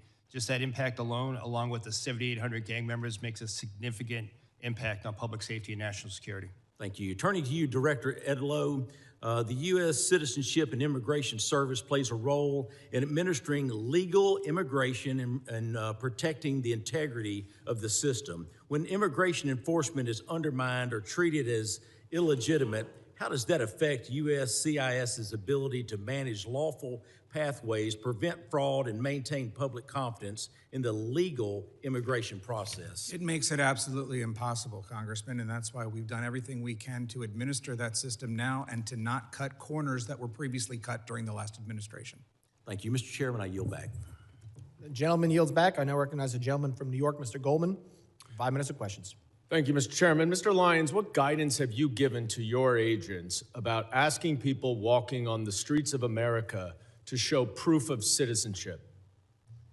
Sir, as I stated earlier, the men and women of ICE, deportation officers, special agents, we conduct targeted intelligence-driven operation. We don't walk around on the streets asking people about their American citizenship. Really? So all of those individual American citizens who have been randomly asked are lying. Is that what you're saying?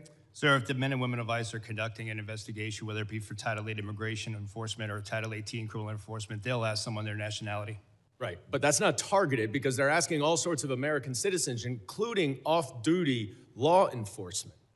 Now, have you directed at any point your agents under the Supreme Court's racial profiling ruling to only stop non-white people and those who look like immigrants to ask for their citizenship papers? No, sir, I haven't.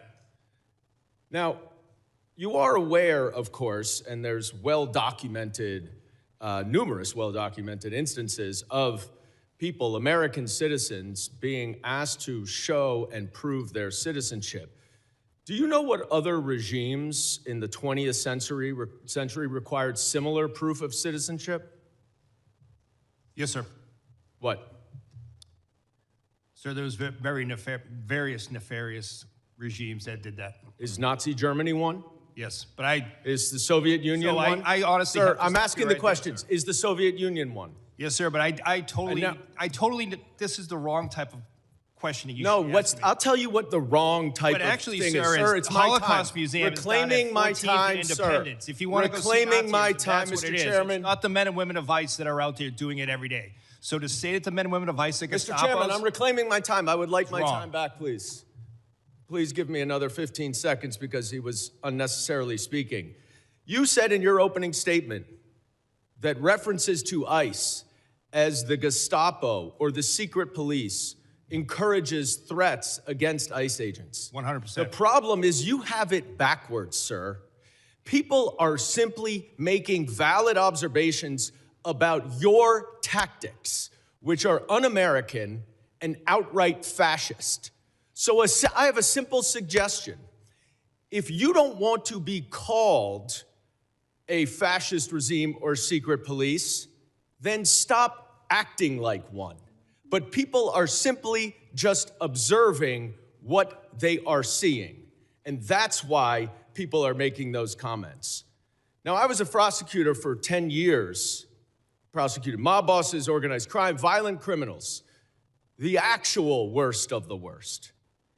Not a single criminal law enforcement agent that I worked with wore a mask to conceal their identity.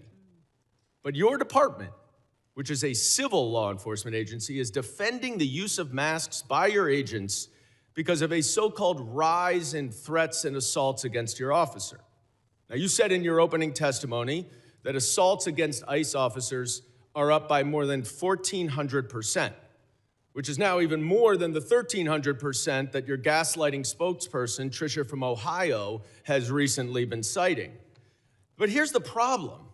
There are two separate, very detailed, very thorough investigative reports based on your own data that both conclude that assaults against ICE officers are up about 25%, which is far less, of course, than you assert and far less than you would expect from an agency that has more than doubled its hiring and has an even greater increase in arrests.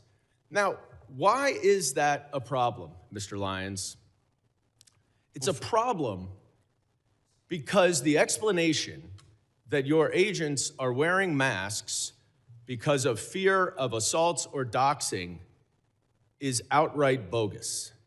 You and your untrained, unqualified, unvetted, unidentified agents are intentionally terrorizing our cities and communities all over this country to avoid accountability for their excessive force and their lawless actions. That is why you're wearing masks, so no one can hold you accountable, and you know that the FBI is not going to, because notwithstanding all of the investigations all of you say are going on, the Department of Justice and the FBI has stated they are not investigating those two murders. This is not the America that I know and love. This is not the America my immigrants came to. And it's long past time that you rein in your out-of-control agency and start following the law and the Constitution, and I yield back. Gentleman's time has expired. I now recognize the gentleman from Arizona, Mr. Crane, for 5 minutes of questions. Thank you, Mr. Chairman. It's interesting being in this hearing today, where my Democrat colleagues continue to demonize ICE and Homeland Security. I think history and context are very important here. It's not lost on most of the American public that my Democrat colleagues actually caused this entire crisis with their open border policies that they all voted for, letting in close to 15 million illegal aliens. I also want to go through real quick some numbers of ICE deportations with other presidents who I believe both you, Mr. Scott, and you, Mr. Lyons, have worked for. Under President Clinton, 12 million illegal aliens were deported and removed from this country, some voluntary, some departures. Key, no riots. Under President Bush, 2 million, no riots. Obama, who was often referred to as the deporter-in-chief, 5 million, including returns, no riots. President Trump in his first term, 2 million deported, no riots. President Biden, 4 million, including expulsions, varying by estimates, no riots. President Trump again this year, 625,000 with 2 million voluntary leaving through CBP Home App. Mr. Scott, can you explain why these other presidents that you work for, both Democrat and Republican, have deported far more people than this president and we've seen no riots? I would say it has a lot to do about rhetoric and misleading the American public about what's really going on and how important border security really is to this nation. Let's talk also about my Democrat colleagues and something they also supported, and that's these sanctuary cities. I think that's very important, and I don't think a lot of Americans really understand these sanctuary cities. Mr. Scott, Mr. Lyons, is it true that you would rather send your officers into a jail to get some of these illegal alien criminals? Is it safer for your agents and also the illegal alien criminal if your officers are able to go into a jail instead of having to go out and find them on the street? Mr. Lyons, I'll start with you. Yes, sir, it would be. You wouldn't see the amount of law enforcement officers involved in immigration operations. Right. How about you, Mr. Scott? I 100% agree with the director, and just as importantly, it would allow me to put more agents back on the border to prevent people from getting in here in the first place. Let's also talk about these riots. Mr. Scott, Mr. Lyons, do you guys remember any riots, when for some of these victims that were assaulted and victimized by illegal alien criminals like Nate Baker, Laken Riley, Fletcher Harris, Skylar Provenza, Ivory Smith? I've got a whole list of them. Do you remember any riots from our Democrats or their constituents when any of these American citizens were victimized by illegal alien criminals? No, sir. No, sir. Why do you think that is? Because that's the question that I get asked all the time.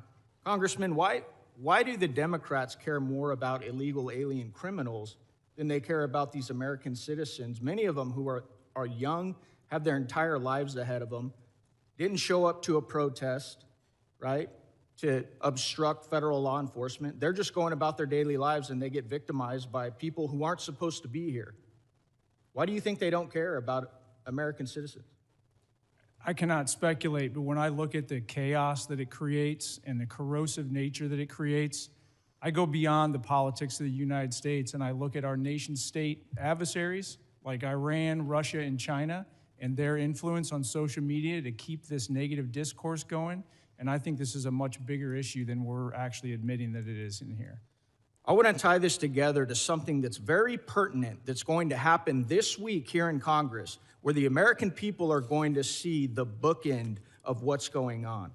We are going to attempt to pass the Save America Act, okay? Which requires documentary proof of U.S. citizenship to register to vote.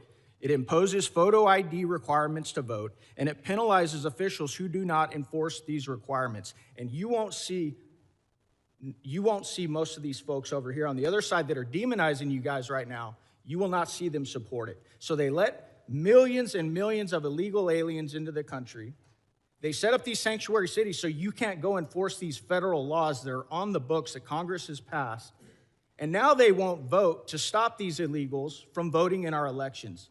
If the American people don't understand what this whole thing is about, it's about one word, and it always has been, and that is power. They want power, and they need these illegals to vote in our elections. That's why they don't care about the fraud either, because they need those votes as well. Thank you. I yield back. Gentleman yields back. I now recognize the gentlelady from Illinois, Ms. Ramirez, for 5 minutes of questions. Thank you, Chairman. My mother, a Guatemalan immigrant and an American, taught me that I have the responsibility to look evil in the eye and to fight it back. Mr. Lyon, Mr. Scott, Mr. Edllo, you have used your power to perpetrate great evil. And it's about time you answer this committee for the lawlessness that you've empowered and defended in your testimony. Mr. Lyons, I want to start with you. And I want to talk about ICE. Because under your leadership, ICE has shot and killed Silverio Villegas Gonzalez and Renee Good, violated nearly 100 court orders in January alone. You've used banned chokeholds in more than 40 cases, engaged in warrantless arrests despite of a consent decree, and you used children as bait to put 3,800 children in detention. You created traps for people at immigration court who were following the law and doing it the legal way. And you broke the law by entering into people's homes without a judicial warrant in violation of the Fourth Amendment. Now, let's talk about you, Mr. Scott, and CBP next. Under your leadership, CBP has attempted to execute Marimar Martinez, shooting her 5 times and not releasing the footage that you should release so that we can see the evidence, murdered Alex Preddy, used chemical agents dozens of times in Chicago after a judge ordered you to stop, conducted warrantless surveillance and racial profiling, and acted with total disrespect and disregard for the law while engaging in roving patrols, plate switching, dangerous traffic maneuvers, and observer intimidation. Again, criminals act with that total disregard for the law, and we continue to see it. You would both have us talk about respect for your mission and your agents, but your agencies are unaccountable, paramilitary forces, and I have just as much respect for you as I do for the last white men who put on masks to terrorize communities of color. I have no respect for the inheritors of the Klanhood and the slave patrol.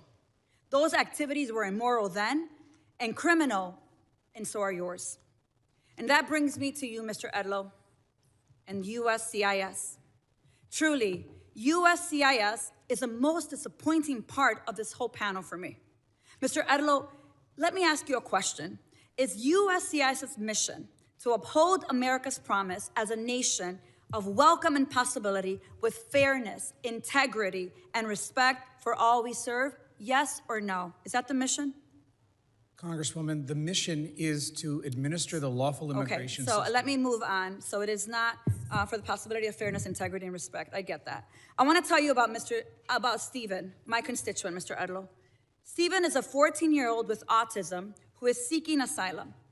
This child has spent 60 days in detention center after he was detained with his dad at a check-in. Let me ask you this.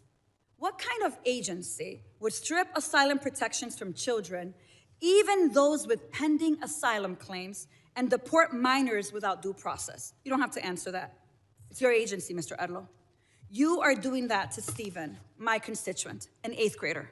You have abandoned the mission and allowed USCIS to become a tool in DHS's abusive enforcement apparatus, Mr. Edllo. It is shameful to see what USCIS has become. As I've said before, DHS, ICE, and CBP, they're not really rogue. Congress designed DHS to violate our rights under the pretense of securing our safety. I'm gonna say it loud and clear, and I'm proud to stand by what I say. DHS cannot be reformed. It must be dismantled and something new must take its place. Because if we let DHS persist, it will continue to be a weapon that can be pointed at anyone the government considers the public enemy. And let me tell you, fascism always requires a public enemy. But the power of the people is stronger than the weapons they would wield against us. So Mr. Lyons, Mr. Scott, Mr. Edllo, you have weaponized the government. You have supported a fascist enterprise at the expense of our constitutional rights. You have violated the law. But let me remind you, you will not always be in power. One day, you will be held accountable for your role in this dark moment in America, in our nation's history. I guarantee it. And with that, Mr. Chairman, I yield back. Gentlelady yields back. As I said, the issues we're debating here are important, ones that members feel deeply about. While vigorous disagreement is part of the legislative process, members are reminded that we must adhere to established standards of decorum and debate. Witnesses are here today voluntarily, and I will continue to remind members that while oversight is important, aggressively attacking witnesses personally is inappropriate and not in keeping with the best traditions of our committee. And I now recognize the gentleman from Oklahoma, Mr. Burkeen, for 5 minutes of questions. Thank you, Mr. Chairman. Thank you to the witnesses. I want to start with a display over my shoulders. And this is something that is not specific only to Oklahoma.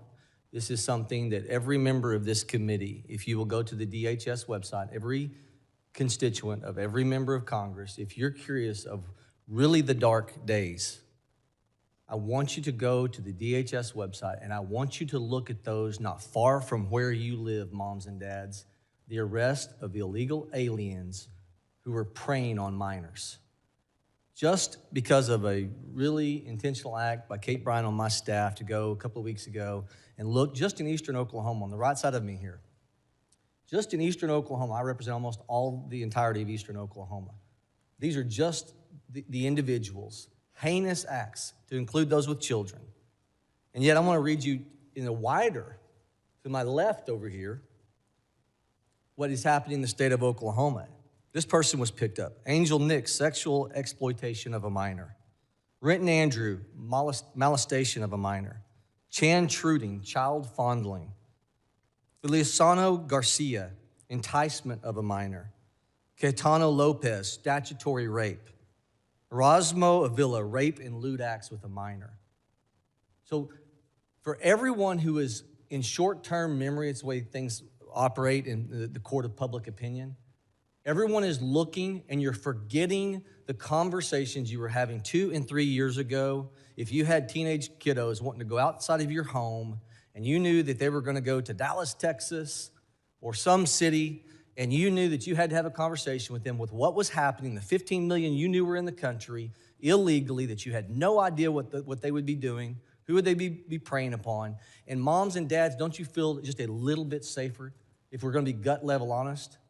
That's the realization of what the generational opportunity this administration has afforded this country. It's the ability to feel safe over the madness of opening the border for that 4-year period that allowed 15 million people. You don't know where they came from. You don't know their background. You don't know their history. And this that is occurring right now is designed to make sure we have law and order in this country. If you do not have law and order, you don't have prosperity. So to all those who are second-guessing the reactionary moments, to the law enforcement who have to respond in real time, The quarterback who's questioned Monday morning because he's facing a 300-pound defensive lineman. It's easy to do that. But law enforcement walks out of their home every day and is faced with life or death questions. And we have to understand they are the ones who are affording us the opportunity for our children to feel safe against these that are in your backyard. It's not just in the north. It's not just in Minneapolis. It's not just in Minnesota. They're in every state in the country. Go to the Department of Homeland Security website and Google your area and look at who's being picked up in your backyard. That's how we recenter this conversation to truth. I want your children protected. I am grateful for this president who wants your children protected and an administration. The same playbook is happening now to create chaos and take your eye off the real goal, which is to secure our communities, to get back to a place of safety. Mr. Lyons, can you describe, because of not allowing these people to stay in jails, these sanctuary cities are letting them go, thousands released from jail because they will not cooperate with ICE. And when ICE tries to execute a detainer, ask them to hold a criminal illegal alien for potential deportation, how is this compared with other non-sanctuary city regions in the country? Sir, it's night and day. With the jurisdictions that we do have cooperation, we're able to take that individual in a safe, secure environment. Not only is it a safe, secure environment for the officers and agents, but it's also for the individual and the community, because we only need 1 to 2 officers to make that arrest, where now we're historically 5 or 6, we need up to 15. From what you've seen in terms of protest in Minnesota and elsewhere, do you get the sense these agitators are trying to provoke your agents into reactions? Yes, sir. Can you expound upon that? We've seen multiple times, and unfortunately, we saw like the shooting in Dallas, where agitated groups use apps to identify the location of ICE officers, sometimes prior to even the law enforcement action begins, and sometimes using those apps put the officers and as well as other federal agencies and local agencies with them in danger because it exposes the fact of where a law enforcement operation is happening. Mr. Scott, can you describe how the 300,000 children, the UACs, unaccompanied minors, that we're trying to find them, how these protests are stopping us from being able to recover those? Gentleman will respond in writing to that question. I now recognize the gentleman from New York, Mr. Kennedy, for 5 minutes. Thank you. Mr. Lyons, your written testimony today does not make one single mention of Renee Nicole Good or Alex Preddy. Not one. 2 American citizens have been murdered at the hands of your agency, and you have deliberately chosen under oath before Congress to ignore these tragedies. And so today, in my 5 minutes, I look forward to getting the American people some answers and some accountability that I believe they deserve. Mr. Lyons, I have some simple yes or no questions. Do you believe the U.S. Constitution provides due process for everyone in this country? Yes. Do you believe American citizens have the right to protest freely without being assaulted or killed by our government? Yes. Do you believe there should be an independent investigation when an innocent person is killed by a law enforcement agency in this country? Yes. Do you believe your agency has a legal obligation to follow court orders? Yes. Well, Mr. Lyons, you have a very strange way of showing it, with a federal judge finding that your agency is in violation of 96 orders in 1 month alone, and that's just Minneapolis, Minnesota. This administration and the agencies represented before us have shown a complete and utter disregard for the law and the Constitution. Renee Nicole Good and Alex Preddy, both American citizens, both dead at the hands of federal agents. Alex Preddy was a VA ICU nurse who dedicated his life to healing people, healing veterans. I worked as an occupational therapist for over a decade. In that video that we've all seen, it was Alex Preddy who was doing what healthcare workers do, what nurses do. They help people who are hurting, help people who are in trouble. In this case, helping a fellow peaceful protester who was shoved to the ground right before your agents shot him 10 times. And we're now learning that FBI Director Kash Patel stopped the U.S. Attorney's Office in Minnesota from investigating the death of Ms. Good because of fear that an investigation would contradict President Trump's falsehoods that she violently, willfully, and viciously ran down an agent. 6 federal prosecutors resigned rather than participate in a cover-up. Kristi Noem, Stephen Miller, and you, Mr. Lyons, have appointed yourselves judge, jury, and executioner, allowing American citizens to be gunned down in our streets with impunity. We all know the president is a liar. He's sold snake oil his entire life, but he can't tell us and the American people that we did not see with our own eyes what we saw in that video. 2 Americans shot dead in cold blood. The American people aren't stupid like he thinks we are. The fact that our government murders American citizens, lies about it, and then refuses to investigate or seek justice is beyond abhorrent. It's un-American. Mr. Lyons, in America, we shouldn't have secret police. We shouldn't have masked government agents executing citizens in the streets. The Constitution does not give your agency the right to hide their faces while they kill Americans. Will you commit, yes or no, to immediately unmasking every agent conducting immigration enforcement and requiring them to wear standard uniforms with identifiable badges? No. Well, it's a sad response. Your answer is completely unacceptable. People who are proud of what they do aren't hiding their identity. We're a nation of laws, and you, your boss, Secretary Noem, and Donald Trump are not above the law. The American people are angry, and they're demanding accountability and justice from those giving the orders. Mr. Lyons, yes or no, do you believe that Secretary Noem should resign? I'm not going to comment on that, sir. So you're going to look the families of Renee Nicole Good and Alex Preddy in the eye and tell them Secretary Noem should keep her job after their loved ones were killed? Sir, the loss of any life is unacceptable. My heart, prayers, and thoughts go out to anyone who tragically losing his life, especially a child, since I've suffered personal loss in my life. But I'm not going to comment on an ongoing investigation. Well, Mr. Lyons, the American people are watching. Your unwillingness to demand accountability from your own leadership speaks volumes. 2 American citizens Gentleman's are dead. time is expired. The American people deserve Gentleman's accountability. time is expired.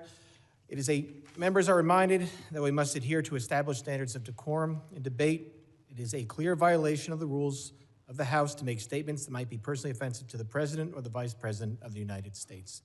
I now recognize the gentlelady from South Carolina, Ms. Biggs, for 5 minutes of questions. Thank you, Chairman Garbarino, and thank you to our witnesses. A big thank you for what you do each and every day to secure our border and to carry out the will of the American people. You know, this Trump administration and the CBP and ICE, they've done a stellar job of securing our border. And we can just look at the numbers. They tell the facts. Crossings are down from a high of over 300,000 a month under President Biden to around 10,000 a month under President Trump. However, the lax border policies of the Democrats have flooded our country with tens of millions of illegal immigrants. This invasion was facilitated by sanctuary cities. Most cities will hand over criminal aliens with a deportation order to ICE, but sanctuary cities refuse to do so, often releasing them back into the public around our communities, our children, and making it unsafe. Cities like Minneapolis pick and choose which laws they want to enforce, and by doing that, they place our federal law enforcement in danger, forcing ICE agents to make arrests out in public, something that could be avoided if sanctuary cities simply cooperated with the federal law. At the same time, radical leftists have stirred hysteria over routine immigration enforcement, calling immigration officers the secret police and even the Gestapo. Let me be very clear. This rhetoric has consequences. Between 2024 and 2025, we saw a more than 16,000% increase in threats of assault against immigration officers. and over 8,000% spike in death threats targeting those who enforce our laws. In Minnesota alone, there have been over 60 threats and 20 assaults to ICE officers. Just think about that if you were going to work every day and had to deal with that. Sanctuary cities, they choose criminals over citizens. My bill, the Mobilizing Against Sanctuary Cities Act, would cut off every single federal dollar to any city that helps illegals instead of law enforcement. Mr. Lyons, my question is to you. Why should taxpayers fund far-left politicians who put your agents at risk? Ma'am, unfortunately, what we've seen over and over is just the fact that there's so much rhetoric out there against the work the men and women of ICE have done. Again, going back in my career, this is my second decade, multiple administrations, and it's never been like this.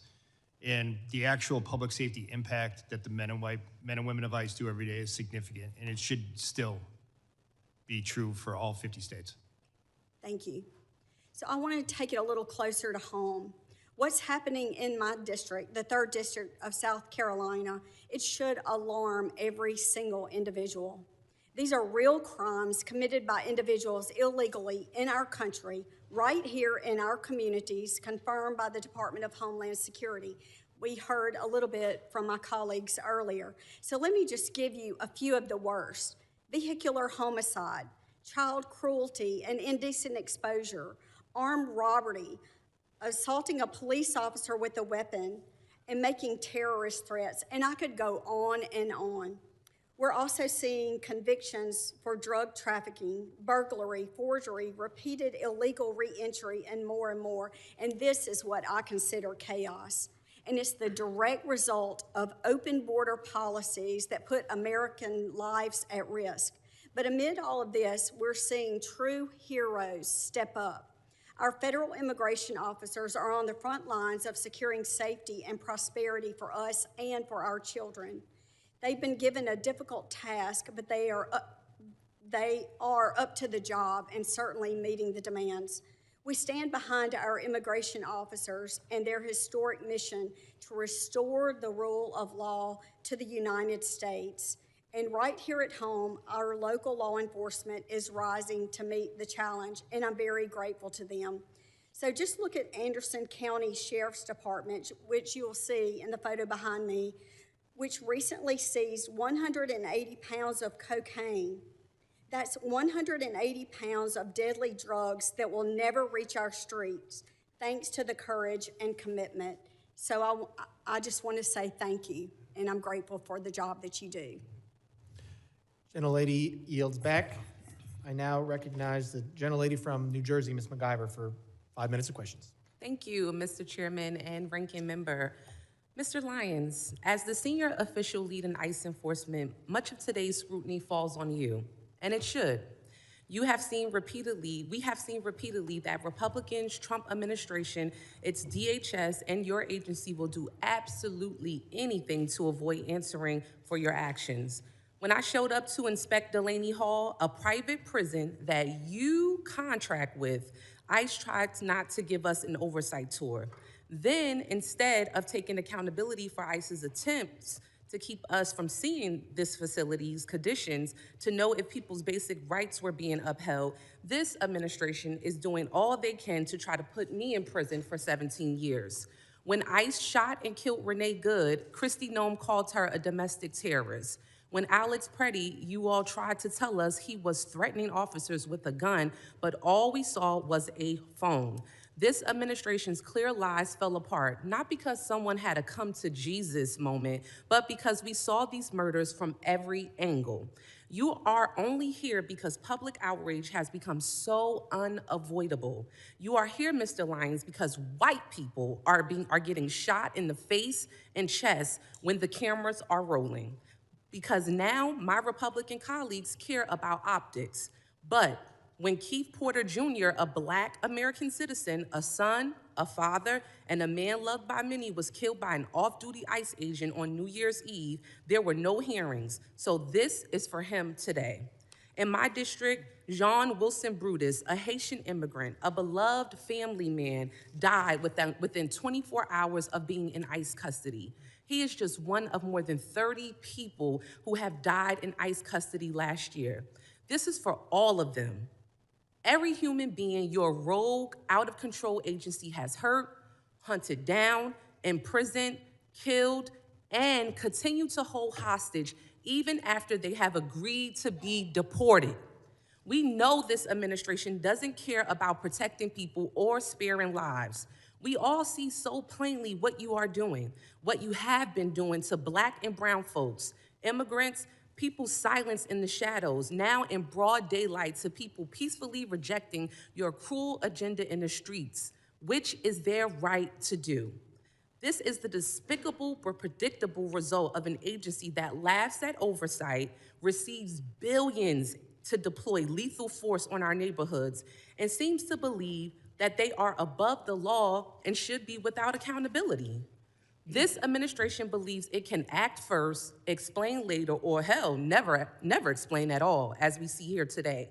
You all seem to think you are the highest power who decides which people deserve dignity, protection, due process, but you are wrong. We are here for answers. We are here for accountability, and we are here because people are dying. Let me repeat that. People are dying, and you don't seem to care.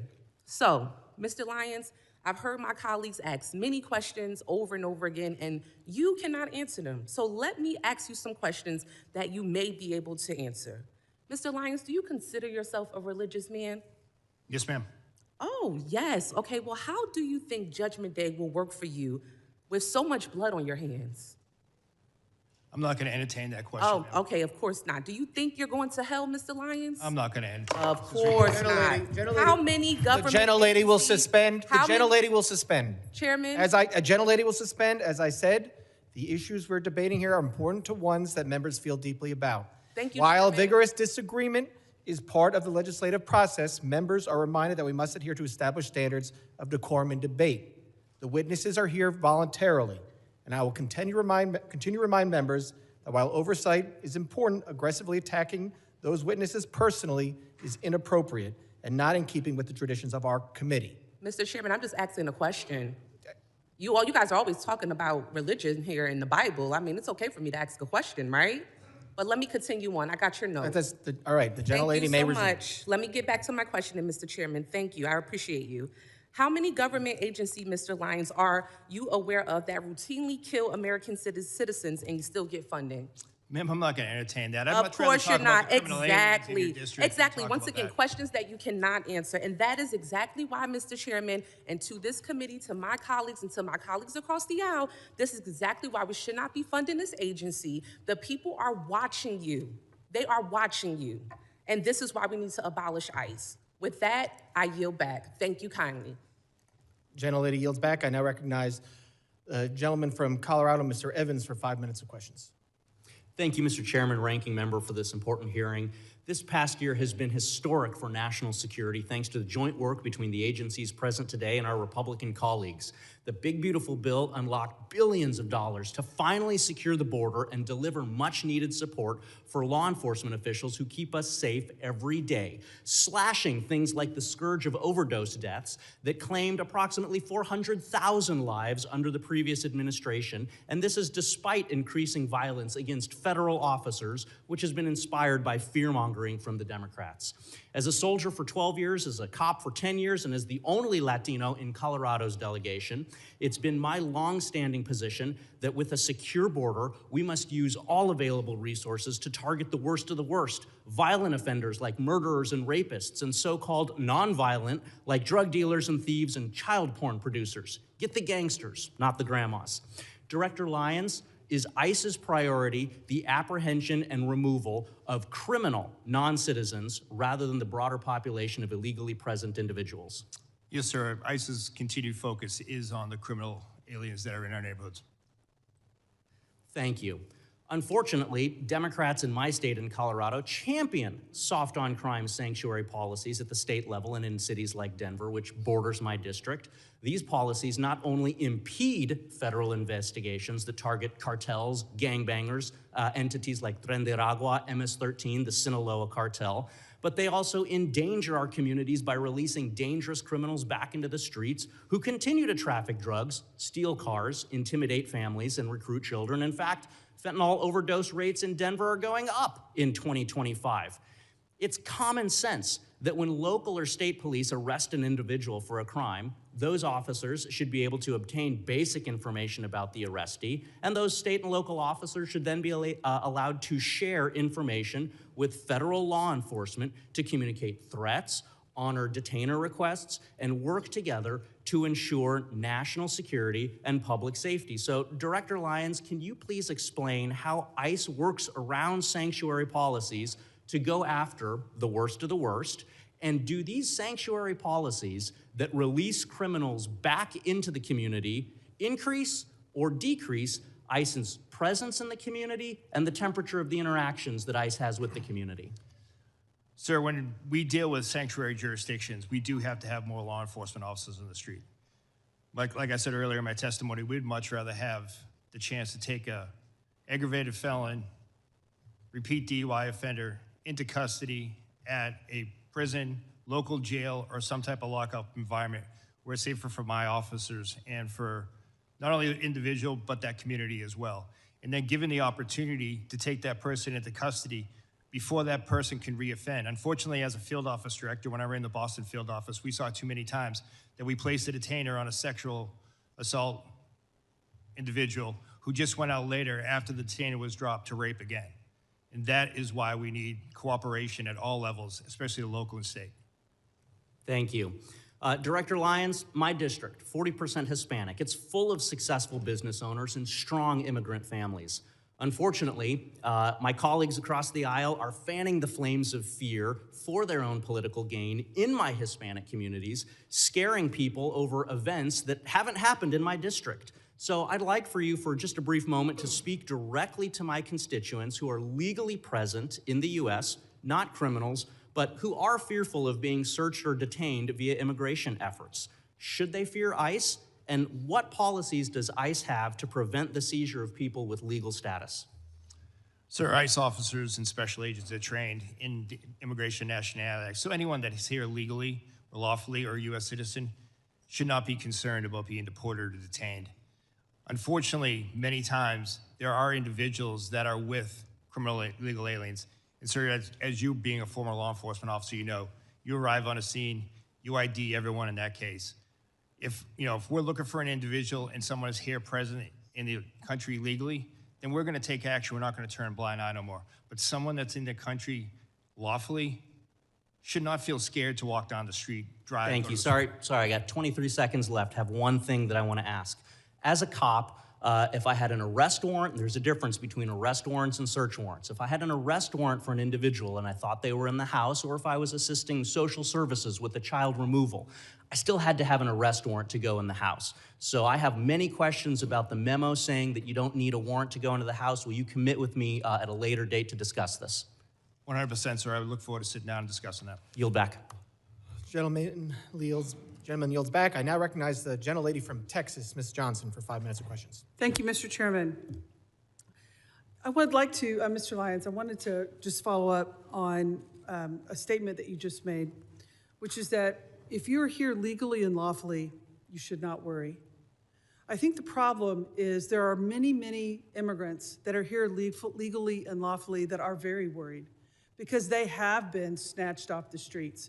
They have had their face beat in by ICE agents. They've been yanked out of their car. They've been driven around and harassed.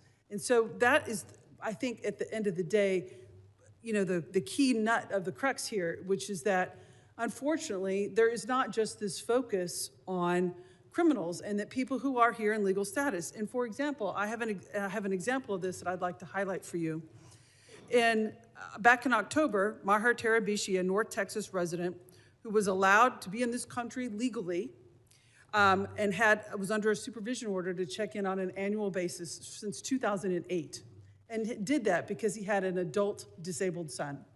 And so he was here working as an IT consultant and was here in the legal process to take care of his adult legal son. He went to check into his appointment. It so happened to be at the time that the Dallas ICE office was closed due to the shooting. And so he was not able to check in. When he went back to check in, he was immediately snatched up and detained because he missed his appointment. That was unavoidable because the office was closed. He told everyone here was he in legal status. He had been here since 2008, and he had an adult disabled son that would likely pass away if he was not released. He was not released. His son died. And then to complicate it, he was not allowed to go and attend the funeral. And he's still in detention in the Bluebonnet facility in Texas. He is not a criminal. He has no criminal history. He was here legally. That is an unacceptable outcome. And I would like to know if you are willing to review his case and help us get his release, because he should not be in the Bluebonnet detention facility under these facts. Yes, ma'am. I'm committed to reviewing that case for you. I appreciate that. The other issue that I am really very concerned about is these warrantless entries into people's homes. It is a problem that is of epic proportion. There was just recently, yesterday, circulation, a Latino family, ICE just broke into their home without a warrant. And there was an example where they arrested a man in his pajamas who had every right to be here as a US citizen, but wrongfully snatched out in the freezing cold without a warrant to do so. The problem that we're having, nobody wants to see attacks on ICE agents, sir. But this is something I have brought up in this committee time and time again, which is, unfortunately, under your leadership and under Secretary Noem's leadership, this rogue brutality that ICE agents are inflicting upon the people of this country is not being reined in. It's not being, the agents who are abusing their power are not being held accountable. I'm sure that there are many, many fine agents who are doing everything they can to exercise their duty lawfully. But the problem is there are agents who are not. And the power that they have has gone to their head, and they use that power unconstitutionally in violation of many people's direct constitutional rights. And what you're seeing in this country is the fact that your agency, it's not stopping. And rather than saying, yes, we're going to take steps to keep these people who are abusing their power and who are terrorizing citizens of this country wrongfully, that we're going to hold them accountable, rather than that's what we want to see. You're doubling down on that we're only going after criminals, which is in your own comments. You said that you had 379,000 arrests, but only 8,700 of them were suspected gang members or known suspected terrorists. That's 2%. And the problem is we can't terrorize 98% of the people in this country that have been wrongfully detained for 2%. That's not how the system works, and that is not okay. And so we have to do a better job. And so what procedures are you putting in place to hold agents accountable who clearly have a hot trigger and who clearly abuse their authority because someone has a phone and a whistle? Ma'am, ICE does have the Office of Professional Responsibility. It's a robust internal investigation agency that does investigate allegations of special agent or deportation officer misconduct. And we do take everyone seriously, and we do investigate those. Well, those are not being publicly reported. And so that's where there's a huge breach of the public trust, because there does not appear to be any accountability, sir. Thank you, and I'll yield back. Gentlelady yields back. I now recognize the gentleman from Pennsylvania, Mr. McKenzie, for 5 minutes of questions. Thank you, Mr. Chairman, and I appreciate all of our testifiers being here today. Before I begin, I would like to thank all of our members of law enforcement across the country who work every day to keep our communities safe, and also to their families that sacrifice. We know that it's a challenging job, and the environment is made particularly challenging by those who want to oppose our law enforcement from carrying out their lawful duties to keep everybody in our country and our communities safe. As was discussed earlier, there are a couple areas, though, where I think it's appropriate to discuss potential reforms and the way that we can improve our government operations. DHS guidance indicates that ICE does not arrest or detain U.S. citizens. On the other hand, social media is full of reports and accusations that this is occurring. As you know, any accusation that an American citizen's rights are violated is very serious. Can you clarify, Mr. Lyons, whether this is something that it occurs, and what are the circumstances where a U.S. citizen might be detained, and what steps does ICE take to prevent mistakes? Yes, sir. I appreciate the question. Well, unfortunately, there's a misnomer that ICE is just a civil enforcement agency, and that's completely wrong. ICE enforces over 400 criminal statutes as well. Special agents, especially with the Homeland Security investigations, they're consistently out there doing human trafficking cases, drug cases, terrorism cases, and we do encounter U.S. citizens, and those who do commit federal crimes are arrested. But under Title VIII, no U.S. citizen is subject to civil immigration enforcement, and that just doesn't happen. There are multiple safeguards in that way, and if a U.S. citizen is detained in the course of an immigration investigation, they're quickly released. We don't take action on American citizens. If it does occur where a U.S. citizen is detained during the course of another investigation, how is that documented and conveyed to the public about the fact that this did occur and what the circumstances around that were? So, sir, if you say it's a separate investigation, if it comes to a criminal case, obviously a lot of those are under seal or ongoing investigations. We won't expose that. But we're transparent in the case when it comes to any U.S. citizens that's detained in any law enforcement operations that's subsequently arrested. I appreciate that. I think greater transparency could be beneficial for both the American public and everybody involved here if we clearly articulate what occurred in many of these instances. I've seen it myself when I'm looking into local issues in our community. There are oftentimes two sides to the story, and when it is actually conveyed what did occur and why it occurred, there's a greater understanding in our local community of the law enforcement activities that occurred. The second thing I would like to hit on is jurisdictions, which are sometimes referred to sanctuary cities. Not a clear definition, as we all know, but local authorities in our community. We have Northampton County, which does not honor ICE detainer requests for 48 hours and properly convey to ICE and law enforcement about the release of that individual, when that may occur, or even during that detainer period, allow ICE to come onto their property to make an arrest in a secure facility. Obviously, that leaves our community in a vulnerable position. In our case, members of Tren de Aragua, domestic abusers, have been released onto the street, and ICE had to stake out that location, making the arrests in an unsecure way out in the local community. From your perspective, how does this dynamic affect public safety and day-to-day operations, and where or how can we change and improve the coordination between ICE and state and local partners?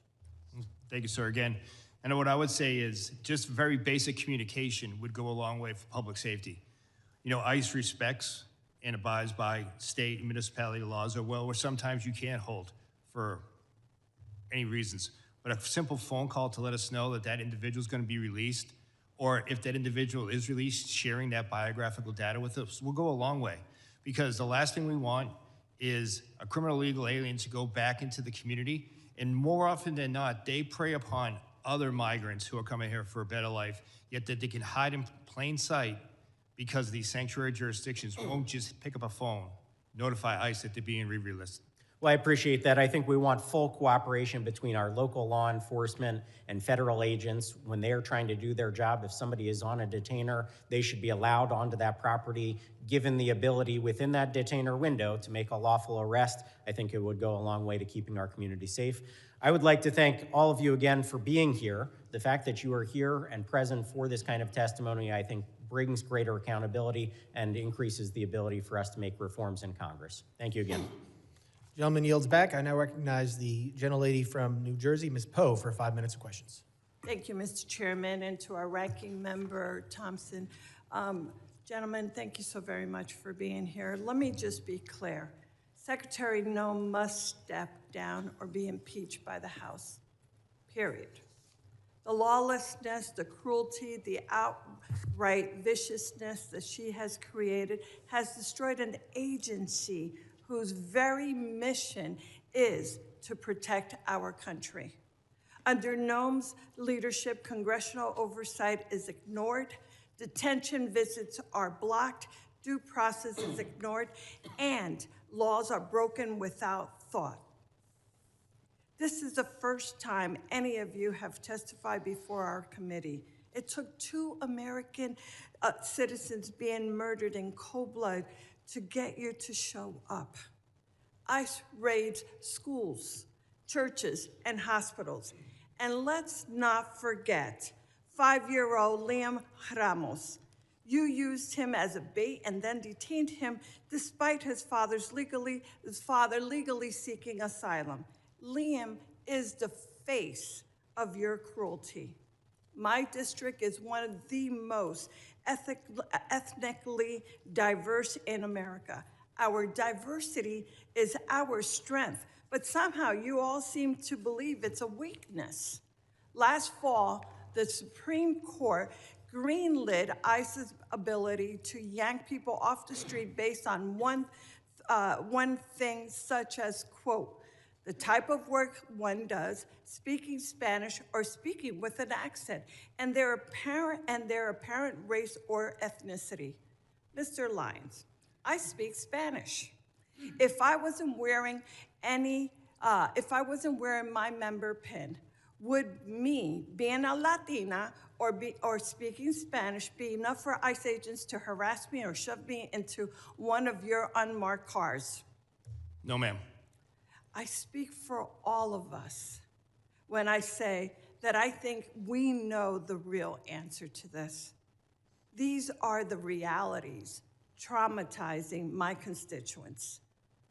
We know that ICE is transferring New Jersey detainees to other states like Texas, ripping them from their families and leaving them unable to challenge their detention. Mr. ICE, yes or no? I'm sorry, Mr. Lyons. Yes or no? Ma'am, I'm Will sorry. you provide us with a list of people ICE has transferred from New Jersey to other states so that I can inform their families where they are? Yes, ma'am. These are people like my constituent, Correa, whose ICE shipped to Texas and continues to detain despite 2 judicial orders compelling her release. Over the weekend, Lee Cow was hospitalized for 72 hours while her family had no idea where she was at, nor the status of her condition. Mr. Lyons, would you be willing to look into this to make sure to release my constituent? Why have we failed? Why have you failed to inform her family where she was sent and the status of her condition? When will she be freed? Yes, ma'am, you have my commitment that I'll look into that. Thank you. Now soon, Mr. Lyons and all of you, my district will host the World Cup matches and hundreds of thousands of visitors will come. Visitors' confidence is plummeting and jeopardizing the World Cup. Mr. Lyon, will you commit to ensure that pausing its operations and raise at FIFA matches and other FIFA-sanctioned public events? Ma'am, ICE, specifically Homeland Security Investigations, is a key part of the overall security apparatus for the World Cup. We're dedicated to securing that operation, and we're dedicated to the security of all our participants as well as visitors. You realize that if they feel that they're going to be wrongfully incarcerated or wrongfully pulled out, that's going to hurt this entire process. I hope you realize that. Yes, ma'am, and ICE is dedicated to ensuring that everyone that visits the facilities will have a safe and secure event. Without these assurances, our local communities and national reputations will indeed be suffered. Thank you, Mr. Chairman. I yield back. Gentlelady yields back. I now recognize the gentleman from North Carolina, Mr. Knott, for 5 minutes of questions. Thank you, Mr. Chairman. Using the trope, diversity is our strength as an excuse for lawlessness is unbelievably naive and dangerous. Nobody in this room would say that diversity is a bad thing. Lawlessness is a bad thing. Law and order is much more of our strength than open bordered policies that welcomes anybody with no vetting. And when you get down to the nuts and bolts of this issue, We would not be having this hearing if the Democrats attacked illegal immigration with the same vigor that they're attacking law enforcement and the men at this table. That's a fact. And it's worth noting that the dishonesty in framing these issues has been unbelievably obvious. It's been consistent. And just as an anecdote, Mr. Lyons, was Liam used as bait by your agency? No, sir. Actually, law enforcement officers took care of the child after the father abandoned him at a... Walk us through what that means. So, sir, the individual that was driving that vehicle with Liam was in fled from the scene from the officers. He was obviously upset. We comforted him. The officers actually placed him in one of our vehicles, played his favorite song, favorite music. Then they took him to McDonald's. You all got him McDonald's. So you all did not abduct him. You did not use him as bait. Any characterization of that is a lie. And it has been repeated over and over by the Democrats to frame your agency. You know, it's worth noting again that the Democrats fought to prevent any vetting of 20 million illegal immigrants into this country over the last 4 years. They attack agents rather than those who are assaulting agents today. They continually misframe what's happening in the ground. They continually malign the law enforcement officers who are providing legal structure to otherwise lawless landscapes in this country. And it's worth noting that there have been roughly 2 million people in the country who have been removed in the last year, some voluntarily, and then some by forced deportations. We've heard roughly about 25 cases of alleged abuse. Some of them, as I just pointed out, are dishonestly framed. But let's do a favor to the Democratic side. Let's increase that number by 1,000 times. 25,000 cases of alleged abuse or improper protocols. We are still operating at roughly 99% proficiency. Given the scale of the problem, the scale of the solution that you all are operating under, your agents are doing a remarkable job, and I thank you. But one issue that I want to talk about is this idea of sanctuary policies. Sanctuary policies is not just a passive relinquishing effort. It's an active obstruction. Isn't that true, Mr. Lyons? Yes, sir. And what I mean by that is, when I say it's an active, to be specific, there are sanctuary states and cities that will release violent criminals rather than handing them over to pursuing federal law enforcement. Isn't that correct? That is correct, sir. I left the hearing a few moments ago just to find a quick example. Here's one right behind me. Just 30 hours ago, an illegal alien arrested for stabbing an American in the back. He was charged with attempted murder. He pled to a lesser offense. The feds wanted him, sought a detainer, and then rather than hold him for your agent's pickup, he was released back into the streets of Maryland. That is not an unusual action from local hostile law enforcement, is it, Mr. Lyons? No, sir, that's what we face every day. So we've heard the Democrats complain that we're not getting the worst of the worst, but their sanctuary jurisdictions that control roughly 40% of this country's population will actively release sex predators, drug dealers, violent offenders, rather than hand them over to you for deportation. And these are people who are already in custody. Am I correct, Mr. Lyons? Yes, sir. The individuals were already deemed a public safety threat by local or state law enforcement. And then when they get a federal detainer, they will release them on the street rather than turn them over for deportation. Yes, sir. It's disgusting. Mr. Scott, I want to talk to you briefly. I'm running out of time. How many cities does your agency operate in? We operate nationwide. Why is it that there is so much tension in Minneapolis, St. Paul right now? Because paid agitators are actively trying to stop law enforcement action. Without that, you wouldn't even have any idea most of these arrests were taking place. In many parts of the country, local law enforcement assists your efforts to bring legal structure to these lawless areas. Isn't that correct? That's correct. And when order is maintained, you can do your job peacefully, correct? Correct. And all we've ever asked is for law enforcement to do their job, not necessarily. In Minneapolis, St. Paul, local law enforcement in some cases have been prohibited from maintaining order so you can do your job. Isn't that correct? Correct. Gentleman's time is I yield expired. back. Thank you. I now recognize a gentleman from Virginia, Mr. Walkenshaw, for 5 minutes. Thank you, Mr. Chairman. Director Lyons, your opening statement referenced the importance of protecting children, and I'm glad to hear your commitment to that. I want to focus on one of President Trump's mass deportation policies that the experts say harms children: child detention. In this administration, under your watch, ICE has booked nearly 4,000 children. And 1,000 of them have been held longer than the court-ordered 20-day limit. Recently, ProPublica obtained handwritten letters and drawings from children detained by ICE. These are letters from children describing what it feels like and what it does to them when the government locks them up. This is Ariana. She's 14 years old, detained for 45 days. Since I got to this center, all I feel is sadness and mostly depression. This is Mia, 7 years old. I don't want to be in this place. I want to go to my school.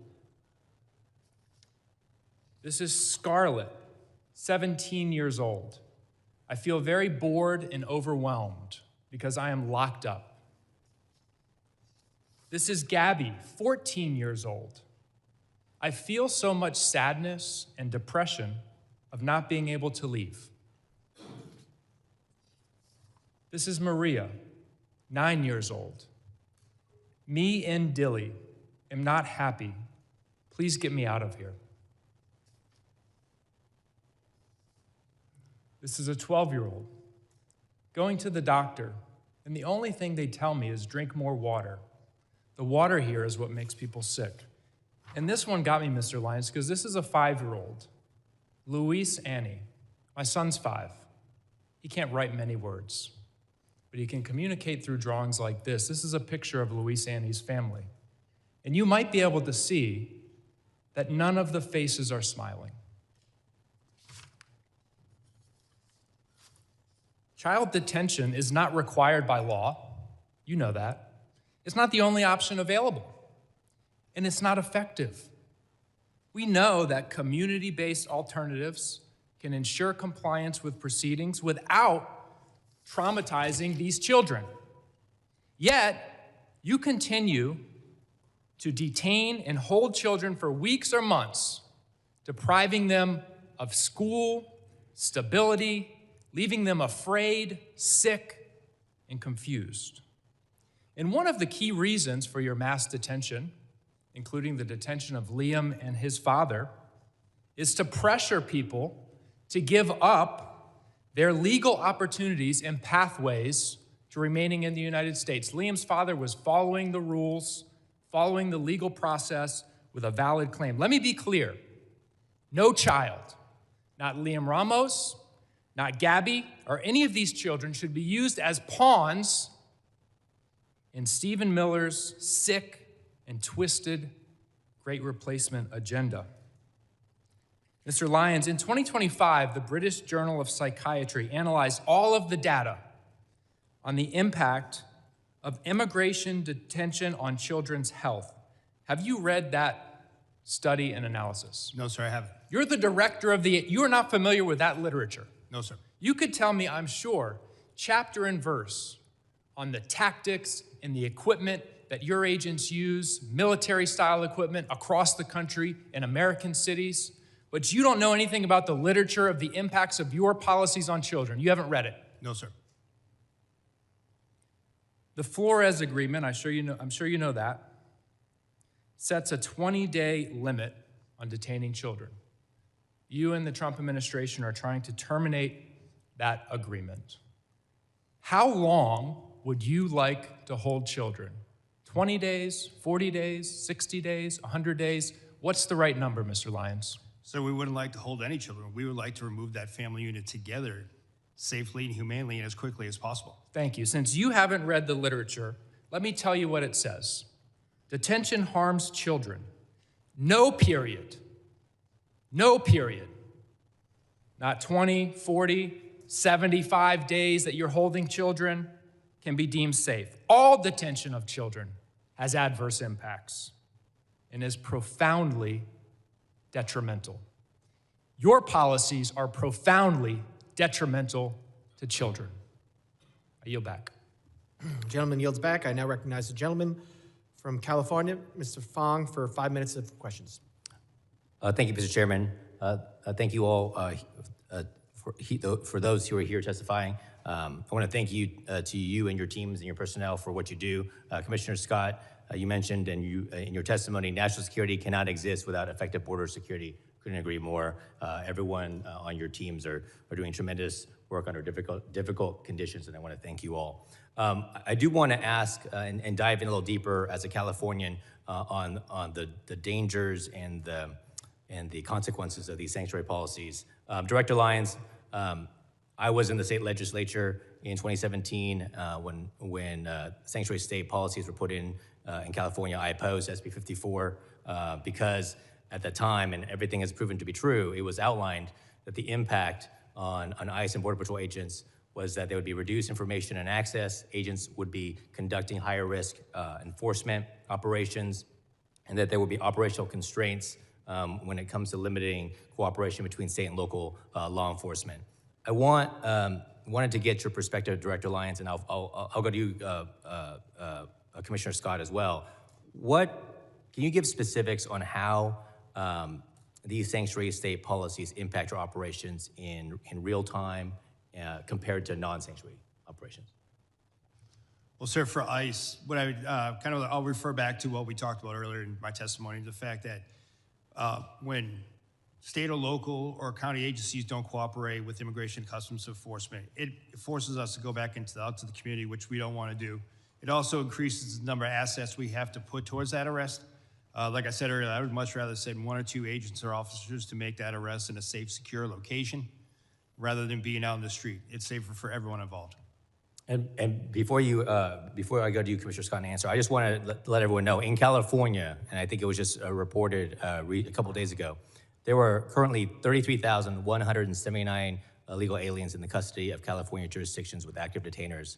The crimes of these aliens include 399 homicides, 3,313 assaults, 3,171 burglaries, 1,011 robberies, 8,380 dangerous drug offenses, 1,984 weapon offenses, and 1,293 sexual predatory offenses. These are the real-world consequences, isn't that right, Commissioner Scott? When we don't have cooperation, they're released into the community? Those are exactly the consequences. And I would just add, California specific, they went above and beyond everybody else. I mean, in a negative way. They prohibited state and locals when they saw a crime taking place in front of them from sharing that information with us. San Diego, for example, right after that law was passed, a highway patrol pulled over a U-Haul van, and it was a smuggling event, probably a human trafficking event. A Border Patrol agent just happened to roll up on it and found out, luckily, but that highway patrol was disciplined and actually investigated internally, and that sent a chilling effect across the entire state of California, that not only can you not actively help us, you couldn't even pass information to us in a normal course of duties. Border security law enforcement's a team sport. We need to be working together, not against each other. Now, can you explain what would have happened, and I think you alluded to it, but what would have happened prior to that if there was local and state coordination with federal law enforcement? On a daily basis, especially along the southwest border, and let's not forget, and the coast, because we have boats coming in, when a state or local agency would see illegal activity that they could take action on, and then they saw a federal crime, they would contact us. It happened all the time, and that completely ceased to exist when SB 54 was passed.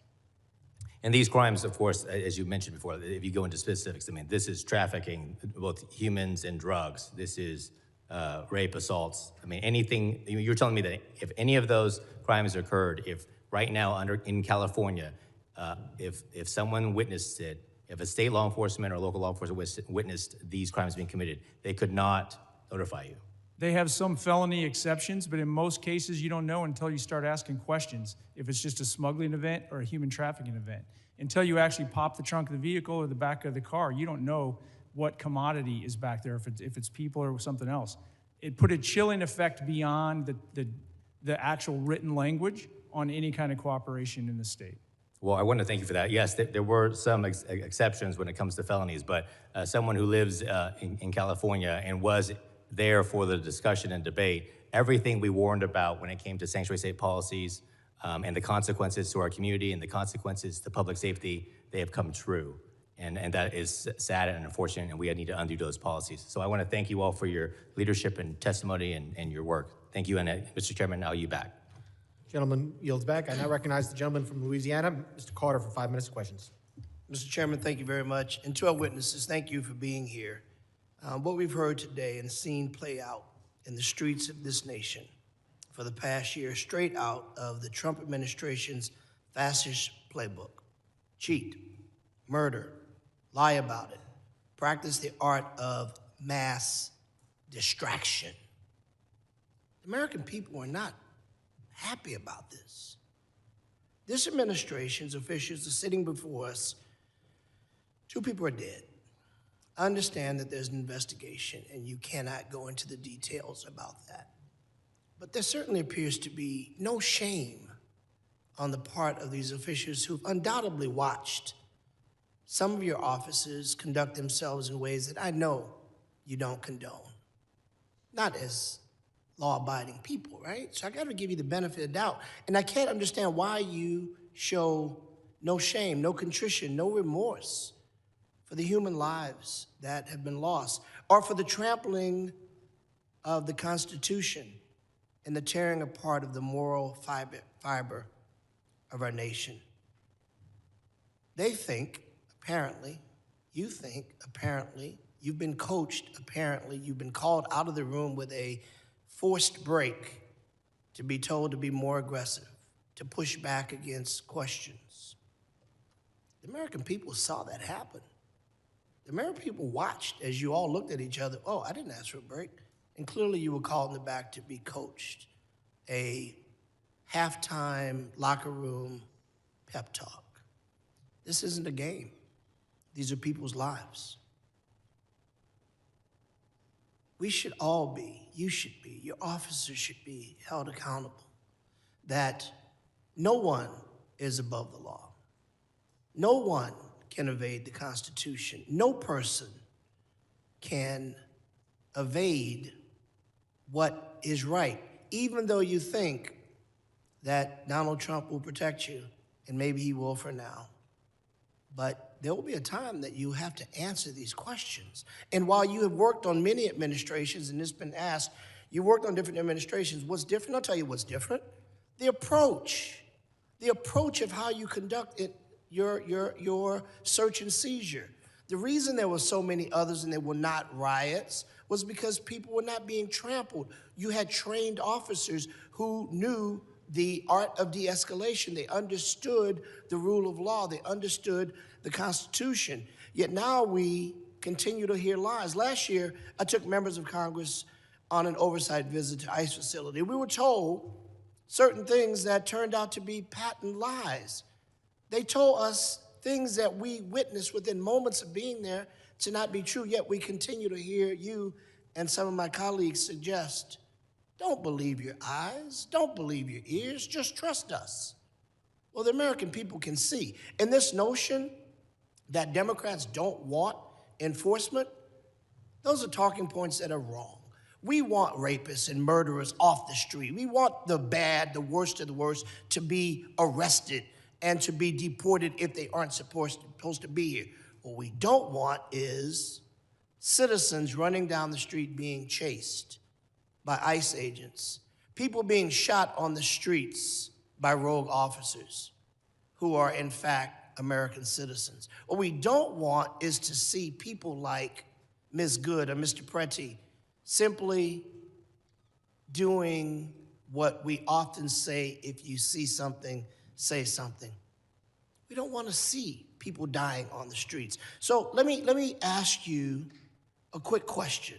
Mr. Lyons, has ICE ever detained an American citizen such as they are not free to leave, whether it is on the sidewalk, the street, or thrown into the back of an ICE vehicle because they looked or sounded a certain way, even though they said they were American citizens? Yes or no, quickly, I only get 38 seconds. No, sir.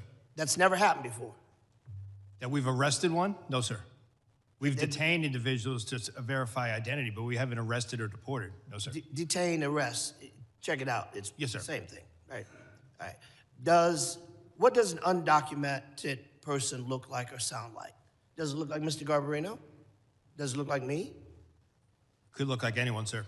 Okay, well, how are you training your people? Because you've said and others have said, if they sound a certain way, they look a certain way, we're going to stop them. That was quoted by your people. What do you say to that?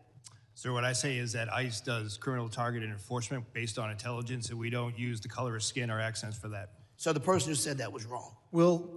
Yes, We'll let the person said that was gentleman, wrong? get that answer in writing. His time has expired. We will now recognize the gentleman from Tennessee, Mr. Van Epps, for 5 minutes of questions. Thank you, Mr. Chairman, for holding this hearing and to our witnesses for testifying today. I want to commend the job the Trump administration and you gentlemen are doing to secure the border, enforce federal immigration laws, and keep dangerous criminals off our streets. Under President Biden, we saw unprecedented levels of illegal immigration, and many of those who came across the border were connected to transnational criminal organizations and have continued to commit crimes while in the United States. Despite doing everything they could to secure our borders, our brave CBP officers and Border Patrol agents were undermined at every turn by the Biden-Harris administration. Yet under President Trump, CBP, Border Patrol, and ICE have been empowered to do their job and fulfill their mission. As a representative from Tennessee, I can't help but compare operations in Minneapolis to those in Memphis. Federal law enforcement operations in Memphis have been successful by every standard and metric, with Memphis State Task Force arresting over 6,000 people. And while immigration enforcement isn't a stated goal of this task force, there is no question that it is also taking place. The successful operations are due in large part to the outstanding leadership of Governor Lee, who has worked closely with federal partners. Over the last year, the Trump administration has arrested numerous gang members, pedophiles, and drug traffickers in Memphis, with little fanfare or interference from activists. As a result of this cooperation, murders in Memphis are down by 47% since President Trump took office, and overall violent crime is down by 30%. In May of last year, ICE enforcement and removal operations worked with Tennessee Highway Patrol and DHS components to successfully arrest 196 criminal illegal aliens across the greater Nashville area. I am grateful for the role the members of the Tennessee Highway Patrol played in that operation, and their cooperation has made my district significantly safer. Since then, over 56 partnering agencies are working together alongside ICE to keep Tennesseans safe. ICE has carefully highlighted the worst of the worst criminal aliens it has arrested. Today, I will be entering into the record nearly 120 illegal aliens that have been arrested in Nashville, with rap sheets ranging from identity theft to drug smuggling, larceny to arson, and robbery to rape. Federal agents are executing their mission to defend American citizens and protect our communities. The major challenge we've seen in Minneapolis and similar cities are directly caused by sanctuary city policies and the refusal of local leaders to enforce the law, preventing local law enforcement from working with ICE. This leaves ICE and others unsupported, having to manage protesters and domestic friction in addition to their actual mission of enforcing immigration law. Local law enforcement is crucial to facilitate the mission. Director Lyons, contrast ICE's experience in Minneapolis with other cities around the country, including Memphis and others, that have agreements to work with ICE. What can successful partnerships with local law enforcement and other partners look like? Sir, thank you. I would say that Memphis is a prime example, and I have to give credit to the U.S. Marshal Service that's leading that operation. Homeland Security investigation agents are out there every day with the men and women of Tennessee Highway Patrol, Memphis Police Department, and the reduction in crime has been significant. But if you look across the country, almost in every state, we do have cooperative jurisdictions. If you look at Texas, we have outstanding cooperation. You don't see any riots or anything like that. You see side-by-side law enforcement working together as it would be. If you look at the state of Florida, state of Oklahoma, state of Louisiana, all across the nation, we do have that. And what it is public safety. Thank you. Next, I want to commend the Trump administration for locking down our southern border. A year ago, it was a highway for illegal aliens and illicit materials. Today, it is secure and closed. Commissioner Scott, as Congress and the Trump administration enabled DHS to secure the southern border, how are cartels and other criminal organizations adapting to effective border enforcement?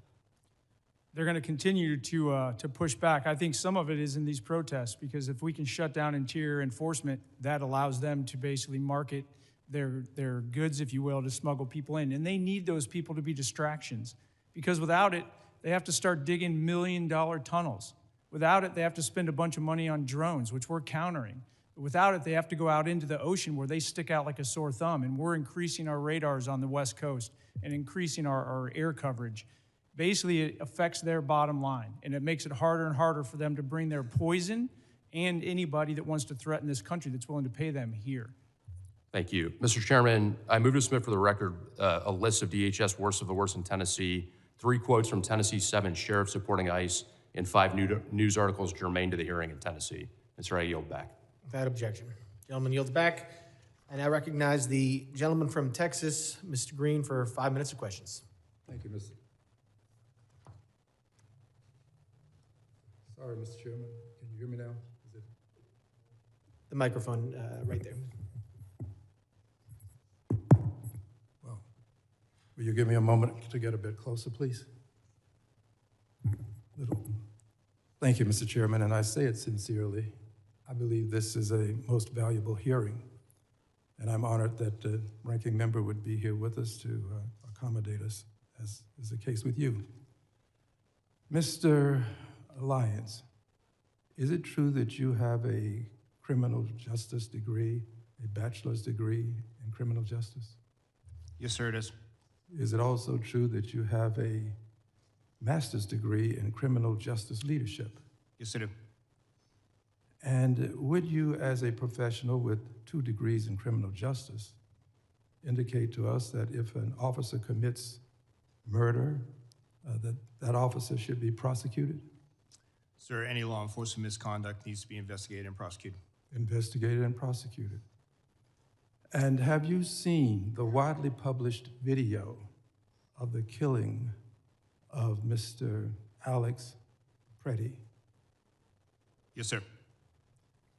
And sir, my assumption is that if I ask you whether this was an injustice, you would say you cannot comment because of an ongoing investigation. Is that a fair statement? Yes, sir. And what is the rationale for not responding to an ongoing investigation? Sir, I don't want to impede or I don't want you to. prejudice the investigation. No, anyway. not this one. Oh. Any, as in your profession now, but any investigation. What's the rationale? Not this one, any. Same for any investigation, sir. I don't want to. You would not want to. I don't want to tell us- bias or put my finger on the scale of any investigation. You not. What's the rationale for your not testifying about it is my question. I don't understand your question, sir. What does the law say? What is the rationale? What harm would it do if you testified? Because I don't have the full facts of the case yet, sir. Exactly, that's what I expected you to say. You don't have the full facts. Thank you. And I assume you would agree with this, Mr. Scott, is this true? Yes, sir. And Mr. Edllo, you would agree? I assume so. I'm not a professional in law enforcement. Well, but I'm you're a an attorney. professional person with a degree of intellect such that you can comment on whether or not. Well, I this certainly cause would harm. not comment on any. Not a specific case. We're talking about now any case. Would you agree that it would cause harm for you to testify before there's an investigation? Certainly without having all the facts. All right, surely you would agree. Which brings us to Secretary Nome. Secretary Nome accused Mr. Preddy of brandishing a firearm while wishing to inflict harm on the officers. Secretary Nome. Same rules that apply to you apply to Secretary Nome. Accused this gentleman, Mr. Preddy, of brandishing a firearm.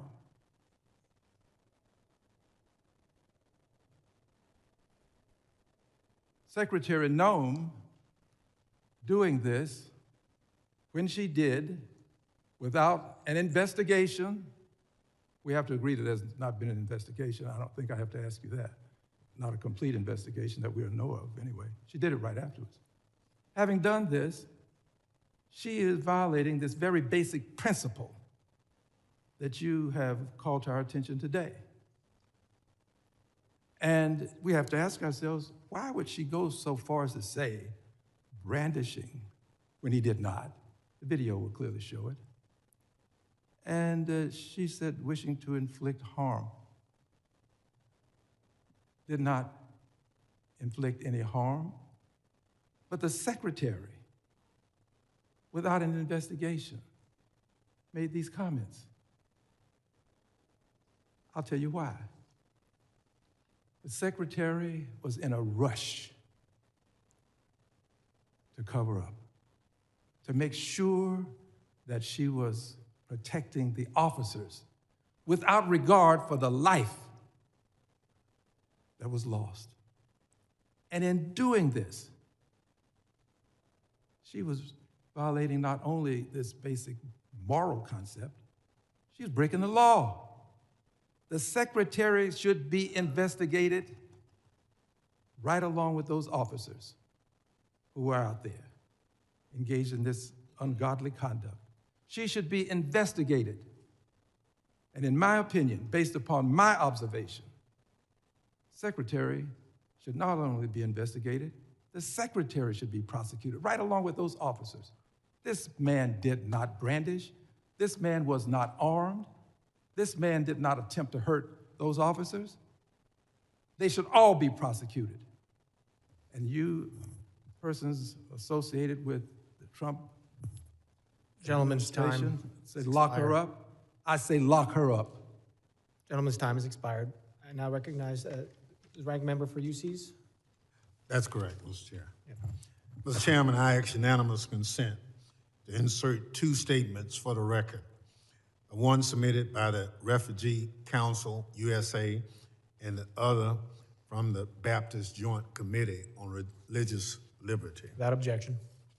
Mr. Chairman, on behalf of Ms. Ramirez, I ask unanimous consent to include in the record three articles.